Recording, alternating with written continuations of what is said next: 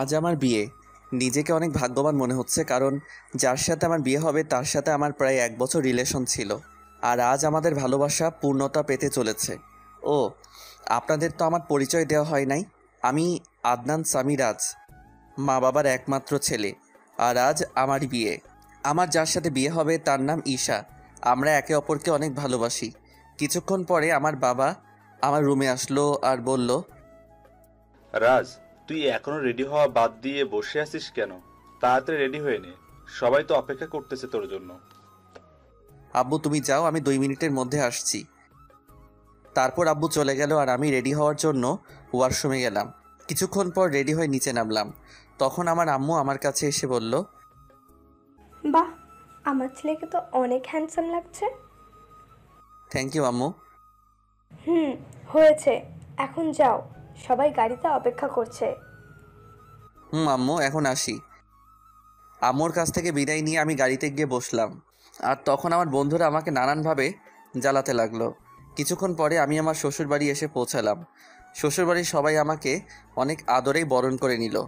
আমিও আমার বন্ধুরা সবাই বসে আছি। তখন আমার আব্বু আমার কাছে এসে বলল, রাজ, একটু এদিকে আয়, তোর সাথে আমার কিছু কথা। জি আব্বু বলো। ঈশা অন্য ছেলের সাথে পালিয়েছে। এই কথা শোনার পর মনে হলো যেন কেউ সজোরে আমার বুকে আঘাত করলো। তাও আমি নিজেকে সামলে নিয়ে বললাম, কি বলছো এগুলা? ঈশা আমার সাথে এমন করতে পারে না। আমারও প্রথমে তাই মনে হয়েছিল, তারপর এটা দেখার পর বিশ্বাস করতে বাধ্য হলাম। আমি বাবার হাত থেকে চিঠিটা নিয়ে পড়তে শুরু করলাম। সেখানে লেখা ছিল, প্রিয় রাজ, পারলে আমায় ক্ষমা করে দিও। তোমার সাথে রিলেশন চলাকালীন আমি আরেকজনকে ভালোবেসে ফেলি, আর সে বাংলাদেশের সবচেয়ে বড় কোম্পানি আর কোম্পানির ম্যানেজার, আর তুমি শুধু একজন সাধারণ কর্মচারী। তাই আমি অনেক ভেবে এই সিদ্ধান্তই নিয়েছি যে আমি তোমার সাথে না, মেহেদির সাথেই বিয়ে করব। তাই আমাকে মাফ করে দিও। ইতি, ঈশা। আমি ঈশা চিঠিটা পড়ে হাসলাম আর ভাবতে থাকলাম যে মানুষ টাকার জন্য কত কিছুই না করতে পারে। ঠিক তখন এশার বাবা এসে আমার বাবাকে বলল, দেখুন, আমার মেয়ে যা করেছে তার জন্য আমরা অনেক লজ্জিত। তাই বলছিলাম, যদি আমার ছোট মেয়ে নিশিকে আপনার ছেলের সাথে যদি বিয়ে দিতেন। আমার ছেলেকে কি আপনার খেলনা মনে হয় যে যার তার সাথে ওর বিয়ে দিব? তখন আমি আমার বাবাকে বললাম যে আমি এই বিয়ে করতে রাজি, তাই যত তাড়াতাড়ি সম্ভব বিয়ের ব্যবস্থা করতে। এর কিছুক্ষণ পরে আমাদের বিয়ে হয়ে যায় আর আমার নতুন বউ নিয়ে বাসায় চলে আসি। বাসায় আসার পর আমি সোজা ছাদে চলে যাই আর ভাবতে থাকি আমার জীবনটা কেমন করে হঠাৎ করে বদলে গেল। কি হওয়ার ছিল আর কি হলো। না, এরকম করে চলা যাবে না। কিছুক্ষণ পরে দেখি আমার বাবা আমার পাশে দাঁড়িয়ে আছে আর আমাকে উদ্দেশ্য করে বলল, দেখ রাজ, যা হওয়ার তা হয়েই গেছে, এখন আর কিছু করার নাই। তাই বলছিলাম তুই এখন ঘরে যা। আব্বু যাব। তার আগে তোমার সাথে আমার কিছু কথা আছে। এতে অনুমতি নেওয়ার কি আছে? যা বলতে চাস বল। আব্বু, আমি সব কিছুর দায়িত্ব বুঝে নিতে চাই। তুমি সব কিছুর ব্যবস্থা করো। আমি 2 দিন পরে সব কিছু শুরু করব। ও, এই কথা? তুই কিছু চিন্তা করিস না, আমি সব কিছুর ব্যবস্থা করছি। এখন তুই রুমে যা, বৌমা সেই অনেকক্ষণ ধরে অপেক্ষা করছে। তারপর আমি আমার রুমের দিকে এগোতে থাকি আর রুমের দরজার কাছে দাঁড়িয়ে ভাবতে থাকি ঢুকবো কি ঢুকবো না। তারপর কিছু না ভেবে ঢুকে পড়ি। আর ঢুকা মাত্র আমার শালিকা মানে আমার নতুন বউ আমায় সালাম করে। তখন আমি তাকে বলি, দেখো নিশি, তুমি তো জানো আমাদের বিয়েটা কিভাবে হয়েছে, তাই আমি চাই আগে আমরা একে অপরকে ভালোভাবে জানবো, তারপর নতুন জীবন শুরু করব। উত্তরে নিশি শুধু মাথা নাড়ালো। তাই বেশি কিছু না বলে নিশিকে বিছানায় আর আমি সোফায় শুয়ে পড়ি আর হারিয়ে যাই ঘুমের রাজ্যে। সকালে একটা মিষ্টি কণ্ঠে ঘুম ভাঙে। তখন আমি চোখ মেলে দেখি নিশি আমায় ডাকছে। আমি ওর দিকে তাকিয়ে নিজের চোখ সরাতে পারছি না, কারণ নিশি মাত্র শাওয়ার নিয়ে বের হলো আর ভেজা চুলে নিশিকে অসাধারণ লাগছে। তখন আবার নিশির কথাই বাস্তবে ফিরি। তাই আমি নিশিকে জিজ্ঞাসা করলাম, কি হয়েছে, এত ডাকছো কেন? নিচে সবাই নাস্তা করার জন্য ডাকছে, আপনাকে আর আমাকে, তাই। ও, তুমি একটু ওয়েট করো, আমি ফ্রেশ হয়ে আসছি। তারপর আমি ফ্রেশ হওয়ার জন্য ওয়াশরুমে যাই। আর যখন বের হই তখন নিশিকে দেখে ক্রাশ খাই, কারণ আমি বের হয়ে দেখি নিশি একটা নীল শাড়ি পরে আছে, তার সাথে হালকা সাজ। এমনিতেই আমার নীল কালার অনেক প্রিয়। আমি ভালো করে লক্ষ্য করে দেখলাম যে নিশি ভালোভাবে শাড়ি পরতে পারে নাই, কোনো রকম শুধু পেঁচিয়ে রেখেছে। এটা দেখে আমি জোরে হেসে দিলাম। আর তখন নিশি আমার কাছে এসে বলল, এ কি আপনি পাগলের মতো হাসছেন কেন? কি আমি পাগল? নয়তো কি, পাগল না হলে কেউ এমন করে হাসে? তোমার শাড়ি পরা দেখলে যে কেউ পাগল হয়ে যাবে, বলে আবার হাসতে শুরু করলাম। দেখুন, একদম হাসবেন না। আমি শাড়ি পরতে পারি না, তাই বলে এইভাবে হাসতে হবে? ঠিক আছে, আর হাসবো না। তার আগে তুমি আমার কাছে আসো, তোমায় ভালো করে শাড়ি পরিয়ে দেই। আপনি শাড়ি পরাতে পারেন? পারি। দাঁড়াও, তোমাকে পরিয়ে দেই। তারপর আমি নিশিকে শাড়ি পরিয়ে দেই, আর নিশি আমার দিকে অপলক তাকিয়ে আছে। শাড়ি পরানোর শেষে আমি নিশির দিকে তাকিয়ে ওর প্রেমে পড়ে যাই, কারণ শাড়িতে নিশিকে অপরূপ সুন্দর লাগছে। আর নিশি দেখতে ঈশার থেকে অনেক সুন্দর। আমি ওর দিকে তাকিয়ে আছি, এমন সময় নিশি আমাকে বলে, বাহ, আপনি তো দেখছি অনেক ভালো শাড়ি পরাতে পারেন। নিশ্চয়ই আপুকে পরানোর জন্য শিখেছেন। এটা বলেই নিশি নিজে জিহ্বায় কামড় দেয়, কারণ সে ভুল কথা বলে ফেলেছে। আর ঈশার কথা শুনে আমার মন আবার খারাপ হয়ে যায়। তাই আমি নিশিকে বলি, চলো এখন নিচে যাওয়া যাক, সবাই আমাদের জন্য অপেক্ষা করছে। তারপর আমি আর নিশি নিচে যাই। তখন সবাই আমাদের দিকে অবাক হয়ে তাকিয়ে থাকে, কারণ আমিও একটা নীল শেরওয়ানি পরেছি। তারপর আমি আর নিশি খাওয়ার টেবিলে পাশাপাশি বসি। আর খাওয়ার এক পর্যায়ে আমি আব্বুকে বলি, আব্বু, আমি আমিয়ানের সাথে কথা বলে নিয়েছি, আর কাল সকালে আমি আর নিশি কয়েকদিনের জন্য ঢাকায় যাব। বুঝেছি। আর আমিও সব কথা বলে রেখেছি। কালকে সকালে তোদের ঢাকার ফ্লাইট। আমি যা যা বলেছিলাম সব কিছুর অ্যারেঞ্জমেন্ট কি হয়ে গেছে আব্বু? না, সব হয় নাই, তবে আজকের মধ্যেই সব ব্যবস্থা হয়ে যাবে। তারপর আরও কিছু কথা বলে আমি আর নিশি রুমে চলে আসলাম। তখন নিশি আমায় জিজ্ঞাসা করলো যে আমরা কেন ঢাকায় যাব। তাই আমি তাকে বললাম যে এটা আমার তরফ থেকে নিশির জন্য সারপ্রাইজ। আর আমি নিশিকে ব্যাগ গুছিয়ে রাখতে বলি। নিশি আমার কথা মতো নিজের ব্যাগ গুছিয়ে রাখে। অন্যদিকে ঈশার মেহেদিও বিয়ে করেছে, আর তারা দুজনই অনেক খুশি। আর তখন মেহেদির ফোনে একটা কল আসে।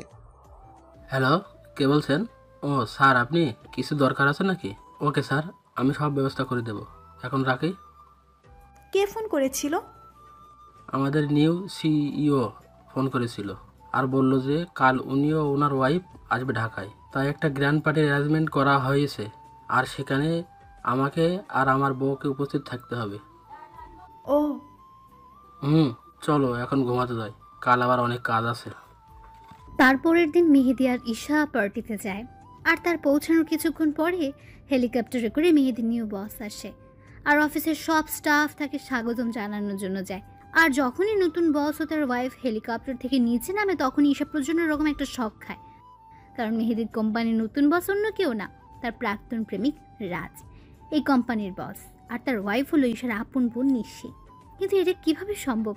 রাজ তো ঈশাকে বলেছিল সে যে একজন সাধারণ ঘরের ছেলে, কিন্তু সে এত বড় কোম্পানির মালিক হলো কিভাবে? তারপর আমি আর নিশি হেলিকপ্টার থেকে নেমে আসি, আর দেখি যে ঈশা আমাদের দিকে অবাক চোখে তাকিয়ে আছে। সে হয়তো ভাবছে আমি এখানে কেমন করে আসলাম, আর মালিকই বা কেমন করে হলাম, কারণ আমি ঈশাকে বলেছিলাম যে আমি একটা কোম্পানির সাধারণ একজন কর্মচারী। হেলিকপ্টার থেকে নামার পরে সবাই আমাকে আর নিশিকে নিয়ে ব্যস্ত হয়ে পড়ে। তখন ঈশা আর ওর হাজব্যান্ড মেহেদি আমাদের কাছে আসে আর আমাদের স্বাগতম জানায়। তখন ঈশা আমাকে বলে, রাজ, তুমি এখানে কি করে? আর তুমি A&R কোম্পানির সিও হলে কিভাবে? কেন মিস ঈশা, অবাক হচ্ছেন নাকি? এখানে তো অবাক হওয়ার কিছুই নেই, কারণ আমি আপনাকে একবার বলেছিলাম বিয়ের পরে আপনার জন্য একটা বড় সারপ্রাইজ অপেক্ষা করছে, কিন্তু আপনি কি করলেন? আমি ঈশার সাথে কথা বলছিলাম, তখন মেহেদি এসে আমাকে বলল, স্যার, এই হলো ঈশা, আমার ওয়াইফ। 2 দিন হলো আমাদের বিয়ে হয়েছে। Nice to meet you miss Isha. Thank you sir. তা মেহেদি সাহেব, আমি যা যা বলেছিলাম সব কিছুর অ্যারেঞ্জমেন্ট কি হয়েছে? জি স্যার, সব কিছুর অ্যারেঞ্জমেন্ট করা হয়েছে। আপনি কি আগে একটু রেস্ট নিয়ে নেবেন নাকি? আমি আর নিশি আগে একটু রেস্ট নিব, তারপরে পার্টিতে জয়েন করব। আর আপনাকে পরিচয় করিয়ে দেই, ইনি হলেন নিশি, আমার ওয়াইফ। হ্যালো ম্যাম, কেমন আছেন? জি, ভালো আছি। তখন আমি ঈশার দিকে লক্ষ্য করে দেখি সে আমার আর নিশির দিকে অবাক চোখে তাকিয়ে আছে। তাই আমি মনে মনে বলি, এখনও তো কিছুই দেখোনি, দেখতে থাকো কি হয়। তখন মেহেদি আমাকে আর নিশিকে একটা রুমে নিয়ে যায়, আর বলে এখানে কিছুক্ষণ রেস্ট নিতে। এই বলে মেহেদি সাহেব সেখান থেকে চলে যায়। তখন নিশি আমার কাছে এসে বলে, এগুলো কি হচ্ছে আমাকে কি প্লিজ বলবেন? মানে কিসের কথা বলছো তুমি? বুঝতে পারছেন আমি কিসের কথা বলছি? কই না তো। বুঝতে পারছেন না নাকি বুঝতে চাইছেন না? আরে তুমি বুঝাই না বললে কেমন করে বুঝবো? এগুলো কি? আমি তো শুনেছিলাম আপনি একটা কোম্পানির একজন সাধারণ কর্মকর্তা। শুধু আমি না, আমার পরিবার জানতো যে আপনি একটি কোম্পানিতে কাজ করেন। তাহলে হুট করে এত বড় কোম্পানির সিইও কেমন করে হলেন? হুট করে আমি এই কোম্পানির সিইও হই নাই। এই কোম্পানির ওনার হলো আমার বাবা, বুঝেছো? আর সেই হিসেবে আমি এই কোম্পানির সিইও। আর কেন আমি আমার আসল পরিচয় গোপন করেছি সেটা না হয় তোমাকে পরে বলবো। সেটা না হয় বুঝলাম, কিন্তু আপনি কেন আপনার আসল পরিচয় গোপন করলেন সেটা আগে বলুন। বললাম তো, আমি তোমাকে সব বলবো, তার আগে তুমি কান্না বন্ধ করো। নিশিকে নিজের বুকের মাঝে জড়িয়ে নিয়ে কেন জানি নিশির কান্নাটা আমার সহ্য হলো না। তারপর নিশিও আমায় জড়িয়ে ধরে কান্না করতে থাকলো। এইভাবে কিছুক্ষণ নিশি কান্না করলো। তারপর যখন সে বুঝতে পারলো যে সে আমায় জড়িয়ে ধরে আছে, তখন হঠাৎ করে আমায় ছেড়ে দিয়ে বলল, আমি সরি, আসলে আমি বুঝতে পারি নাই তাই এমনটা করেছি। আসলে আমি একটু ইমোশনাল হয়ে পড়েছিলাম তো তাই। ইটস ওকে নিশি, তুমি গিয়ে ফ্রেশ হয়ে নাও, আমাদের আবার নিচে পার্টিতে যেতে হবে। তারপর নিশি ওয়াশরুমে ফ্রেশ হতে চলে যায়। কিছুক্ষণ পরে নিশি বাহির হয়। তখন আমি ফ্রেশ হওয়ার জন্য ওয়াশরুমে প্রবেশ করি। আর বের হওয়া মাত্র নিশিকে দেখে টাসকি খাই, কারণ নিশিকে নীল শাড়িতে একদম অপসরীর মতো লাগছে, সাথে হালকা মেকআপ, যা দেখে যে কেউ নিশির প্রেমে পড়তে বাধ্য। আমাকে এভাবে তাকিয়ে থাকতে দেখে নিশি আমার চোখের সামনে তুড়ি বাজিয়ে জিজ্ঞেস করে, এই যে মিস্টার, এভাবে তাকিয়ে কি দেখছেন? একটা ডানা কাটা পড়ি। নিজের অজান্তেই বলে ফেলি। আর আমার কথায় নিশি বেশ লজ্জা পায়, যা ওর চেহারা দেখে বোঝা যাচ্ছে, কারণ নিশির চেহারা একদম লজ্জায় লাল হয়ে গেছে। তখন আমি বলি, থাক আর লজ্জা পেতে হবে না, এখন তাড়াতাড়ি রেডি হয়ে নাও তো। তখন নিশি আবার রেডি হতে থাকে। আর নিশি যখন লিপস্টিক তার ঠোঁটে দিতে যাবে, তখন আমি তাকে আটকিয়ে বলি যে, তোমাকে এমনি অনেক ভালো লাগছে, এইসব লিপস্টিক আর কোনো দিন দিবা না, ওকে? নিশিও বাধ্য মেয়ের মতো মাথা নাড়ালো। কিছুক্ষণ পরে নিশি আমাকে জিজ্ঞাসা করে যে তাকে কেমন লাগছে। আর আমি তো নিশিকে দেখে ওর প্রায় প্রেমে পড়ে যাই, কারণ নিশিকে হালকা সাজে একদম পরীর মতো লাগছে। তাই আমি ওর কাছে গিয়ে বলি, সবই ঠিক আছে, শুধু একটা জিনিস ছাড়া। ও, আরে শুনবে তো কি জিনিস? না বললে শুনবো কেমন করে? তোমার গলায় কাজল দেওয়া হয়, তোমাকে কেউ যদি এইভাবে দেখে তাহলে সবার নজর লেগে যাবে তো, তাই না? তারপর আমি নিজের হাতে নিশির ঘাড়ে কাজল লাগিয়ে দেই। আর আমার ছোঁয়া পাওয়া মাত্র নিশি কিছুটা কেঁপে ওঠে। আর নিশির এত কাছে গিয়ে আমিও কেমন যেন একটা ঘোরের মধ্যে চলে গেছিলাম। আর নিশিও কিছুটা আমার মতোই হয়ে গেছিল। তখন আমি নিশির মুখটা উপরের দিকে তুলে আমার ঠোঁট ওর ঠোঁটের দিকে এগিয়ে নিয়ে যাই। আর যখনই আমি নিজের ঠোঁট নিশির ঠোঁটের সাথে মেলাবো, তখনই কেউ একজন রুমের মধ্যে প্রবেশ করে। এতে করে নিশি আমার থেকে কিছুটা দূরে চলে যায়। আর আমাদের দুজনেরই ঘোরটা কেটে যায়। তাই তখন দেখার চেষ্টা করি যে কে এসেছে, আর তখনই দেখি ঈশা দাঁড়িয়ে আছে। এতে করে আমার রাগটা বেড়ে যায়। তাই আমি ঈশাকে গিয়ে বলি, আপনার কি একটু সাধারণ বুদ্ধিটুকু কি নেই যে একটা সদ্য বিবাহিত দম্পতির রুমে কোনো পারমিশন ছাড়া প্রবেশ করেছেন? আসলে আমি তো জানতাম না ভেতরে কি হচ্ছিল, আর তোমার রুমে ঢুকতে তো আগে কখনো পারমিশন লাগেনি তাই। ও প্লিজ, আগে কি হয়েছে না হয়েছে I just don't care, but now I am married, so next time knock করার রুমে ঢুকবেন, আন্ডারস্ট্যান্ড? Yes, I understand. কথাটা মনে থাকে যেন। আর কি জন্য এসেছেন সেটা কি জানতে পারি?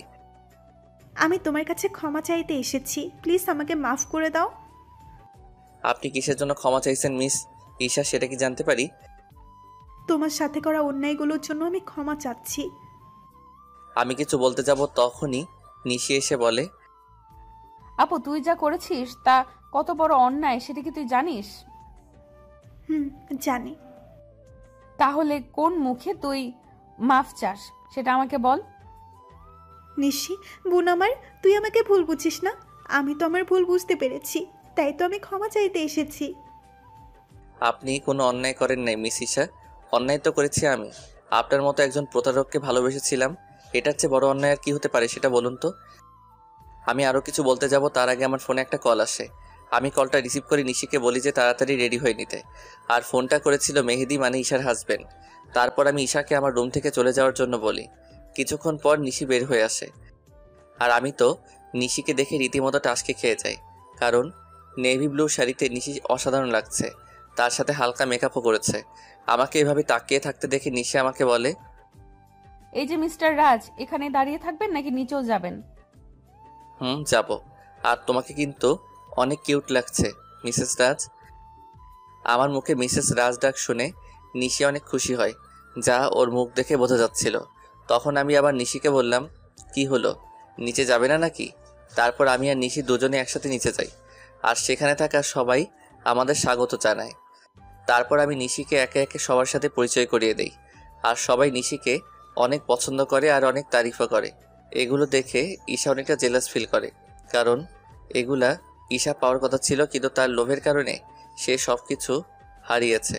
পার্টি শেষ হওয়ার পরে আমি আর নিশি নিজেদের রুমে চলে আসি, আর রুমে আসার পরে নিশি আমাকে বলে, আপনাকে একটা কথা জিজ্ঞেস করার ছিল, যদি কিছু মনে না করেন তাহলে করব। বলো, তোমার কি বলার আছে? আপনার আর আপুর পরিচয় হলো কিভাবে, এটাই জানতে চাচ্ছিলাম। যদি না বলতে চান তাহলে থাক, বলা লাগবে না। বুঝলাম, তাহলে শুনো। তারপর আমি বলতে শুরু করলাম, আমি তখন সবেমাত্র লেখাপড়া শেষ করে দেশে ফিরেছি। তো একদিন আমিও আমার বন্ধুরা মিলে প্ল্যান করলাম কোথাও ঘুরতে যাব, কিন্তু সেটা দেশের ভিতরেই। তাই সবাই মিলে ঠিক করলাম যে সিলেটে যাব। তো সবাই মিলে বেরিয়ে পড়লাম সিলেটের উদ্দেশ্যে। সব ফ্রেন্ড একসাথে যাব, তাই বাসে করে যাচ্ছিলাম, কিন্তু বাসে উঠে বাধে এক বিপত্তি। আমার সব ফ্রেন্ডের সিট এক জায়গায় পড়েছিল, আর আমার সিট পড়েছিল এক মেয়ের সাথে। তাই কিছু করার না থাকায় বাধ্য হয়ে সিটে বসে পড়ি। কিছুক্ষণ পরে যখন মেয়েটি আসে, আমি তার দিকে তাকিয়ে রীতিমতো টাসকি খাই, কারণ এত সুন্দরী মেয়ে আমি এর আগে কখনো দেখি নাই। মেয়েটির পরনে ছিল একটা নেভি ব্লু লং 3 পিস, তার সাথে ম্যাচিং জুয়েলারি, সাথে হালকা সাজ। দেখে মনে হচ্ছিল জান্নাতের অপ্সরী। আমি তার দিকে এক ধ্যানে তাকিয়েছিলাম। আমার এইভাবে তাকানো দেখে মেয়েটি বলে ওঠে, এই যে মিস্টার, দেখা শেষ হইলে আমাকে বসার জায়গাটা দিন। মেয়েটির এমন কথায় আমি কিছুটা লজ্জা বোধ করি, তাই আর কিছু না বলে ওনাকে বসার জায়গাটা দিয়ে দেই। কিছুক্ষণ পরে বাস ছেড়ে দেয়। মেয়েটি কিছুক্ষণ পরে আমায় জিজ্ঞাসা করে, হাই, আমি ঈশা, আপনার নামটা কি জানতে পারি? আমি রাজ। বাহ, চেহারার সাথে নামেরও মিল আছে। সিলেট যাচ্ছেন নিশ্চয়? আপনি কেমন করে জানলেন? শালার এমন আবাল তো জীবনেও দেখি নাই। সিলেটের বাসে করে মানুষ অন্য কোথাও কি যাইতে পারে বলেন তো? এইটা আপনি বুঝবেন না মিস্টার। ও। হুম। তখন আমি তাকে বললাম যে আপনি কি একাই যাচ্ছেন নাকি? উত্তরে সে বলল, একা কেন যাব, আমার সাথে তো আপনি আছেন, তাই না? আপনি যদি চান তাহলে সত্যি যেতে পারি। কিছু বললেন? কই না তো। ও, আমি মনে করছিলাম হয়তো কিছু বললেন। না, আমি তো কিছুই বলি নাই। তা সিলেটে কোথায় যাচ্ছেন? এই তো ফ্রেন্ডের সাথে ঘুরতে যাইতেছি। আর আপনি? আমিও তো ফ্রেন্ডদের সাথেই যাচ্ছি। আপনি কি স্টুডেন্ট নাকি জব টপ করেন? আমি হলাম, না আসল পরিচয়টা দেওয়া যাবে না। আপনি হলেন কি? আমি একটা সফটওয়্যার কোম্পানিতে জব করি। ও। তারপর ঈশার সাথে আরও অনেক কথা হলো। তখন জানতে পারলাম সে অনার্স 2য় বর্ষের ছাত্রী। এইভাবে আমাদের পরিচয় হয়। তারপর পরিচয় থেকে ভালোবাসা। আমি আর ঈশা অনেক ভালো ফ্রেন্ড হয়ে গেছিলাম। আমরা সিলেট থেকে ফিরে এসেও একে অপরের সাথে যোগাযোগ করতাম। একদিন আমি ঈশাকে প্রপোজ করি, আর ঈশাও সেটা অ্যাকসেপ্ট করে, কিন্তু রিলেশনে থাকা অবস্থায়ও আমি আমার আসল পরিচয়টা ঈশাকে জানাইনি। আমি চেয়েছিলাম ঈশাকে একটা সারপ্রাইজ দিব, কিন্তু পরে যে আমি নিজেই সারপ্রাইজড হয়ে যাব এটা ভাবতে পারি নাই। কথাগুলো বলে নিজের অজান্তেই আমার চোখ দিয়ে পানি বের হয়ে গেছিল, সেটা বুঝতেই পারি নাই। আমি কিছুক্ষণ পরেই নিশির দিকে লক্ষ্য করে দেখি সেও কান্না করছে। তখন আমি তাকে বলি, এ কি তুমি কান্না করছো কেন? আপনি আপুকে এতটা ভালোবাসতেন, আর আপু আপনার সাথে কি করলো? যা হওয়ার তা তো হয়েই গেছে, আর এখন তুমি আমার স্ত্রী, এটাই সত্যি। আর আমি চাই এই সম্পর্কটা ভালোভাবে নিতে। আমি চেষ্টা করব। তার আগে বলেন, আপনি আর কখনো আপুর কথা মনে করবেন না? কথা দিলাম। নিশি আমাকে এভাবে জড়িয়ে ধরবে আমি সেটা ভাবতেও পারি নাই। কেন যেন নিশির এভাবে জড়িয়ে ধরা আমার অনেক ভালোই লাগছে। এই যে মিস, এবার কি আমাকে ছাড়বেন? কথাটি বলা মাত্র নিশি আমাকে ছেড়ে দিল, আর নিশির মুখ একদম লজ্জায় লাল হয়ে আছে। তখন আমি নিশিকে আমার কোলের উপর বসিয়ে ওর চুলে বিলি কেটে দিতে দিতে বললাম, আমাকে ছেড়ে কখনো যাবে না তো? না, কখনোই না। তারপর আমি নিশির কপালে আলতো করে একটা চুমু খেলাম, আর আমার ঠোঁটের ছোঁয়া পাওয়া মাত্র নিশি কেঁপে উঠল। এখন যাও, ফ্রেশ হয়ে আসো। আজ এমনিতেও অনেক ধকল গেছে। আগামীকাল থেকে আমরা নতুন জীবন শুরু করব। হুম। তারপর নিশি ফ্রেশ হয়ে আসে, আর আমি নিশিকে জড়িয়ে ধরে শুয়ে পড়ি। এই কয়দিনে আমি নিশিকে অনেকটাই ভালোবেসে ফেলেছি। পরের দিন সকালবেলা নিশির আগে ঘুম ভেঙে যায়। আমি ঘুম থেকে উঠে যখন বসতে যাব তখন দেখি নিশি আমার বুকের মাঝে শুয়ে আছে। আর নিশির ঘুমন্ত চেহারাটা অনেক সুন্দর লাগছে। হয়তো সব মেয়েদের ঘুমন্ত চেহারা একরকম হয়, কিন্তু নিশির মতো কারো হয় না। তখন আমি খেয়াল করে দেখি নিশির মুখের উপর কিছুটা চুল এসে পড়েছে, যার কারণে তার ঘুমের সমস্যা হচ্ছে। তাই আমি নিশির মুখের উপর থেকে চুলগুলো সরিয়ে কানের সাথে গুজে দেই। তখনই আমার চোখ আটকে যায় নিশির গোলাপি ঠোঁটের উপর। আমি নিজের অজান্তেই নিশির ঠোঁটে চুমু দিয়ে বসি, আর তখনই নিশি জেগে যায়। আমাকে ওর এত কাছে দেখে নিশি কিছুটা ঘাবড়ে যায়, আর আমি ওকে কিস করেছি এটা বুঝতে পেরে নিশি লজ্জা পেয়ে আমার বুকের মাঝে মুখ লুকিয়ে ফেলে। তখন আমি নিশিকে বলি, এই কি হলো তোমার, আর এমন কেন করছো? আমার মনে হয় লজ্জা করে না। বাবা, এখন এত লজ্জা, তাহলে রাতে যা হবে তখন কি করবা? যা ফাজিল কোথাকার, মুখে কিচ্ছু আটকায় না। নিশি জানো, তোমার ঠোঁটের স্বাদ কিন্তু সেই রকম। যা দুষ্টু। এই বলে ওয়াশরুমে পালালো। আর আমি বসে বসে ভাবতে লাগলাম, পাগলিটা এই কয়দিনে আমাকে অনেক ভালোবেসে ফেলেছে, আর আমিও ওকে অনেক ভালোবেসে ফেলেছি। কিছুক্ষণ পরে নিশি ওয়াশরুম থেকে বাহির হলো, আর আমি ফ্রেশ হতে চলে গেলাম। আমি ফ্রেশ হয়ে এসে দেখি নিশি চুল মুছছে। তখন আমি নিশিকে পেছন থেকে জড়িয়ে ধরি, আর নিশির চুলের মধ্যে নাক ডুবিয়ে দিই। এতে নিশি কিছুটা কেঁপে ওঠে। আমি নিশির চুলের গন্ধে কোথায় যেন হারিয়ে গিয়েছিলাম। নিশির ডাকে আবার ঘোর ভাঙলো। নিশি আমাকে বলল, এই যে মিস্টার, অফিসে যাবেন না নাকি? এত সুন্দর বউ রেখে কীভাবে অফিস যাই বলো তো? তার চেয়ে বরং চলো তুমি আর আমি ঘুরতে যাই। সত্যি বলছেন? না, মিথ্যা বলছি। আমার কথা শুনে নিশির হাসি মাখা মুখ নিমিষে গায়েব হয়ে গেল। তখন আমি বললাম, থাকার ঢং করতে হবে না, তাড়াতাড়ি গিয়ে রেডি হয়ে আসুন। আপনি অনেক কিউট। বলে আমাকে কিস করে এক দৌড়ে পালালো। আমি তখন মনে মনে বললাম, পাগলি একটা। কিছুক্ষণ পরে নিশি নেভি ব্লু শাড়ি পরে বের হলো, আর সাথে হালকা সাজ। এতে নিশিকে আরও বেশি সুন্দরী লাগছিল। তারপর নিশি আমার কাছে এসে বলে, চলুন, আমি রেডি। চলো। তারপর আমি ম্যানেজারকে ফোন দিয়ে আসতে বলি। ম্যানেজার মানে ঈশার হাজব্যান্ড। কিছুক্ষণ পরে ঈশা ও তার হাজব্যান্ড আসে, আর আমাকে বলে, স্যার, আপনি যা যা বলেছিলেন সব রেডি। ধন্যবাদ মেহেদি সাহেব। আরে, এতে ধন্যবাদ দেওয়ার কি আছে? মেহেদি সাহেব, আমি আপনাকে একটা জিনিস আনতে বলেছিলাম, সেটা কি এনেছেন? হ্যাঁ স্যার, এনেছি, এই নিন। আমার দিকে একটা প্যাকেট এগিয়ে দিয়ে তখন আমি নিশিকে ডাকি আর জিজ্ঞাসা করি, এটা কেমন হয়েছে? আপনাদের তো বলতেই ভুলে গিয়েছি, ওই প্যাকেটের মধ্যে একটা নেকলেস ছিল, যেটা আমি নিশির জন্য আনতে বলেছিলাম। Wow, it's so gorgeous. এবার পড়ুন দেখি। এটা আমার জন্য।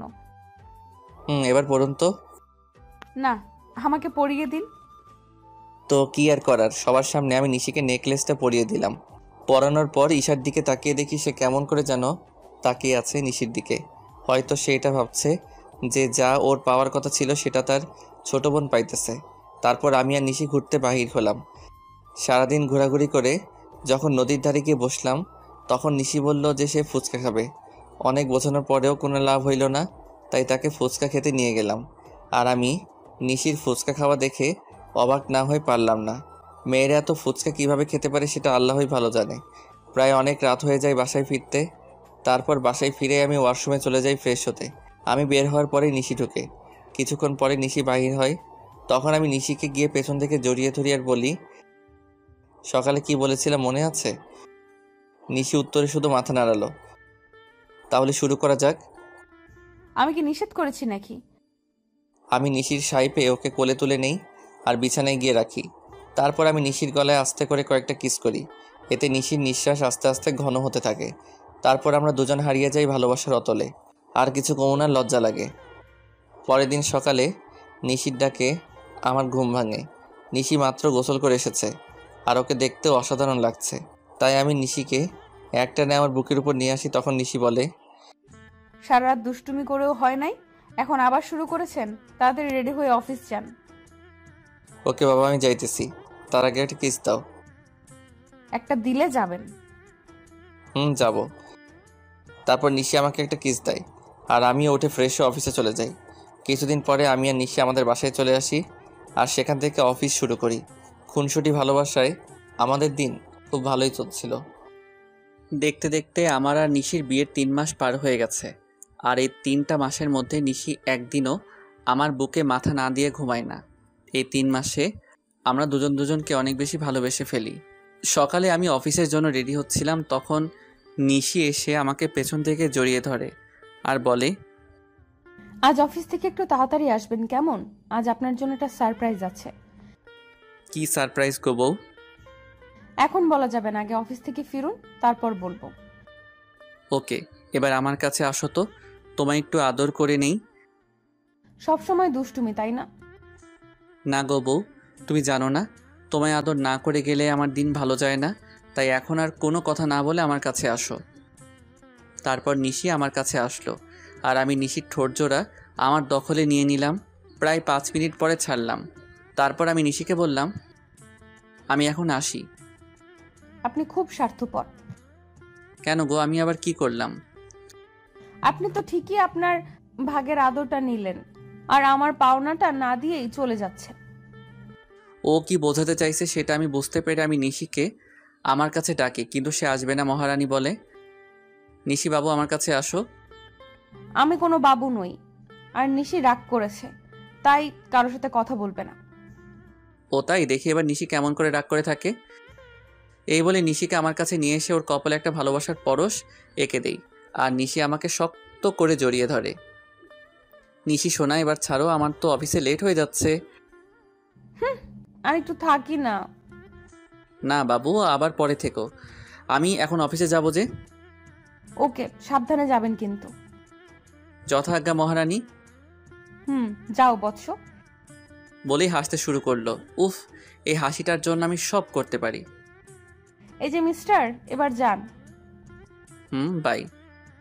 তারপর আমি অফিসে চলে আসি, কিন্তু অফিসেও মন বসছে না। তাই নিশিকে ফোন দিলাম। অপরদিকে নিশি ভাবছে, আজ যখন ও জানতে পারবে যে ও বাবা হতে চলেছে, তখন কতই না খুশি হবে। আমার যে আর অপেক্ষা সহ্য হচ্ছে না, মন চাইছে ওকে এক্ষুনি গিয়ে বলে আসি। নিশি এগুলো ভাবছিল, এমন সময় ওর ফোনটা বেজে ওঠে আর নিশি ফোনের স্ক্রিনে তাকিয়ে দেখে আমি ফোন দিয়েছি। তাই সে তাড়াতাড়ি ফোনটা রিসিভ করে আর বলে, কি হলো বর, এত জলদি আমার কথা মনে পড়ে গেল?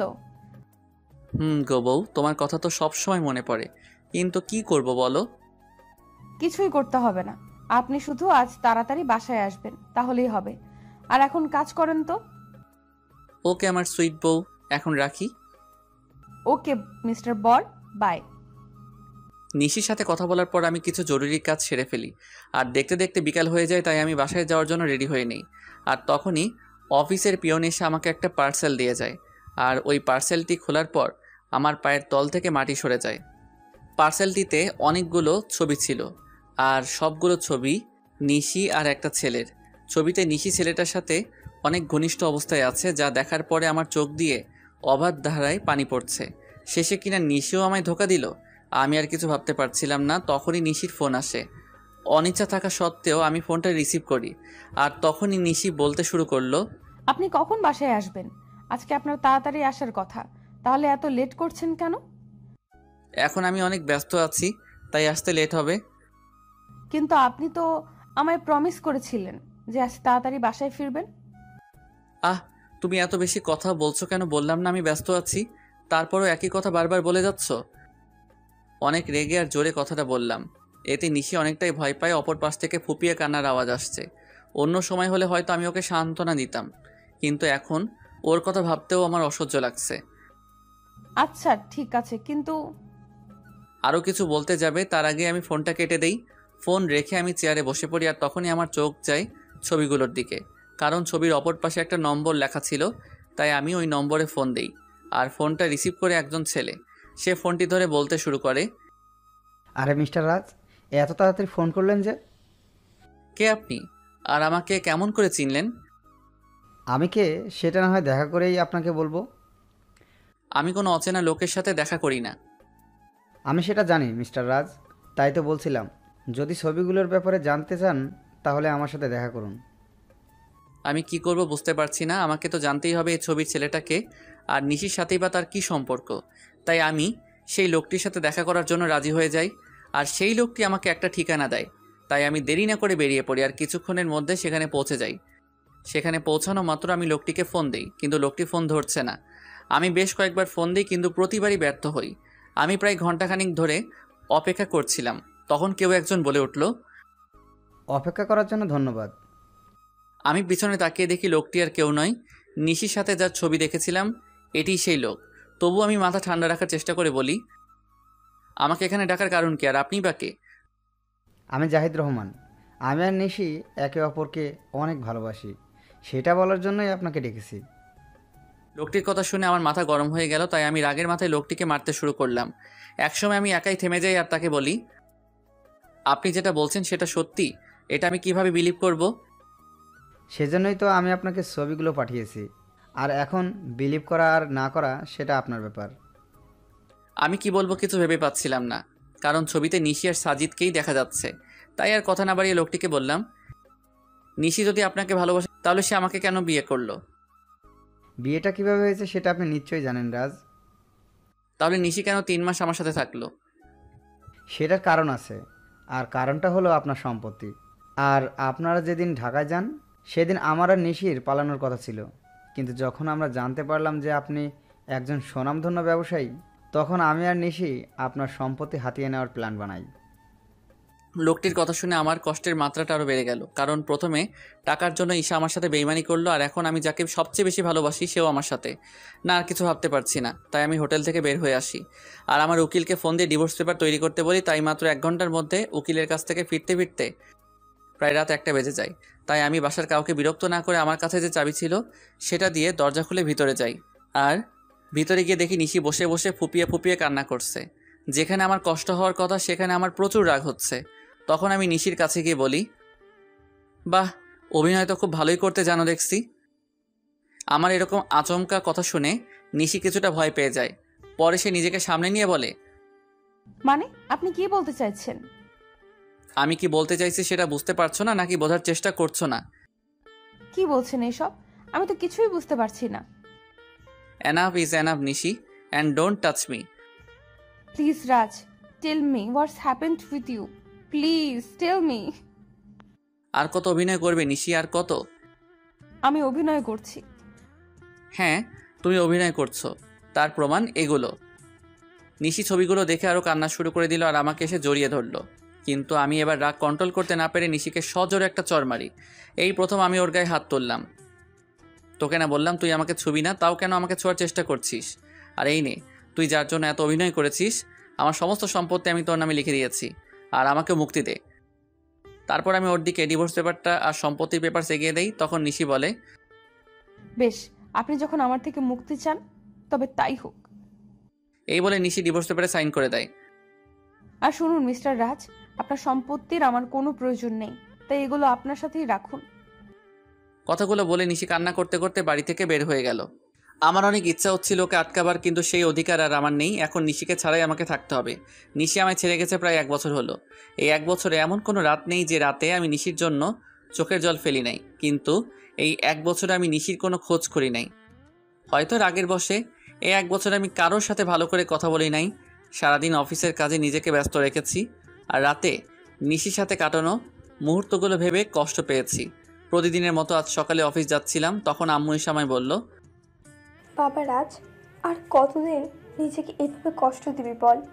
যার জন্য এত কষ্ট পাচ্ছিস সে কি 1 বছরে একবারও তোর খবর নিয়েছে? আম্মু এত ঘুরিয়ে পেঁচিয়ে কথা না বলে কি বলতে চাও সেটা বলো তো। বলছিলাম কি, তুই একবার একটা বিয়ে করে নে, আর কত নিজেকে কষ্টের মাঝে রাখবি বল? আমি তোমায় আগেও বলেছি আর এখনও বলছি, আমি কোনো বিয়ে করতে পারবো না। তোকে বিয়ে করতেই হবে, তুই আর বিয়েতে অমত করবি না। কিন্তু আম্মু। আর কোনো কিন্তু নয়। আচ্ছা ঠিক আছে, তুমি যখন বলছো তখন তাই হোক, কিন্তু আমাকে এসবের মধ্যে টানবে না, আর বিয়েটা যাতে একদম সাধারণভাবে হয়। আসলে আমি আব্বু আম্মুর মুখের দিকে তাকিয়ে বিয়েতে রাজি হলাম, কারণ এই 1 বছর আম্মু অনেক কষ্ট পেয়েছে। আচ্ছা, তুই যা বলবি তাই হবে। ওকে, আমি এখন আসি। তারপর আমি অফিসে চলে আসি, কারণ আজ অফিসে নতুন পিএ নেওয়া হবে। তারপর আমি অফিসে চলে আসি। May I coming sir? Yes, coming. Sir, আপনার পিএর জন্য 3 জনকে সিলেক্ট করা হয়েছে, যদি আপনি একবার দেখে নিতেন। অবশ্যই দিন, আমি দেখতেছি। আমি ফাইলগুলো চেক করছিলাম, এমন সময় আমার চোখ আটকে গেল একটা ফাইলে। তাই আমি ম্যানেজারকে বললাম, ম্যানেজার সাহেব, এই মেয়েটিকে নিন, আর তার আগে কন্ট্রাক্ট পেপার সাইন করিয়ে নেবেন। Okay, I take leave now. Sure, you can. সেদিনকার মতো অফিসের সমস্ত কাজ শেষ করে বাসায় আসলাম, আর আসা মাত্র আম্মু বলল, আমি একটা মেয়ে পছন্দ করেছি, যদি তুই একবার দেখে নিতি। তার কোনো দরকার নেই, আর আমি বিয়েটা 1 মাস পরে করতে চাই। কিন্তু তুই। প্লিজ আম্মু, একটু বোঝার চেষ্টা করো। আচ্ছা ঠিক আছে। তারপর আমি আমার রুমে চলে আসলাম আর ফ্রেশ হয়ে ঘুমিয়ে পড়লাম। যদিও জানি ঘুম আসবে না, তবুও ঘুমানোর ব্যর্থ চেষ্টা করলাম, কারণ এখন রাতে আর ঘুম আসে না। যদিও আসে, তাও নিশির সাথে কাটানো মুহূর্তগুলো মনে হয় ভেঙে যায়। কোনোভাবে রাতটা পার করলাম। পরের দিন সকালে ঘুম থেকে উঠে ফ্রেশ হয়ে অফিসে চলে আসলাম। এসে দেখে আমার নিউ পিএ এখন অফিসে আসে নাই। তাই ম্যানেজারকে বলে আসলাম সে আসলেই আমার সাথে দেখা করতে বলতে।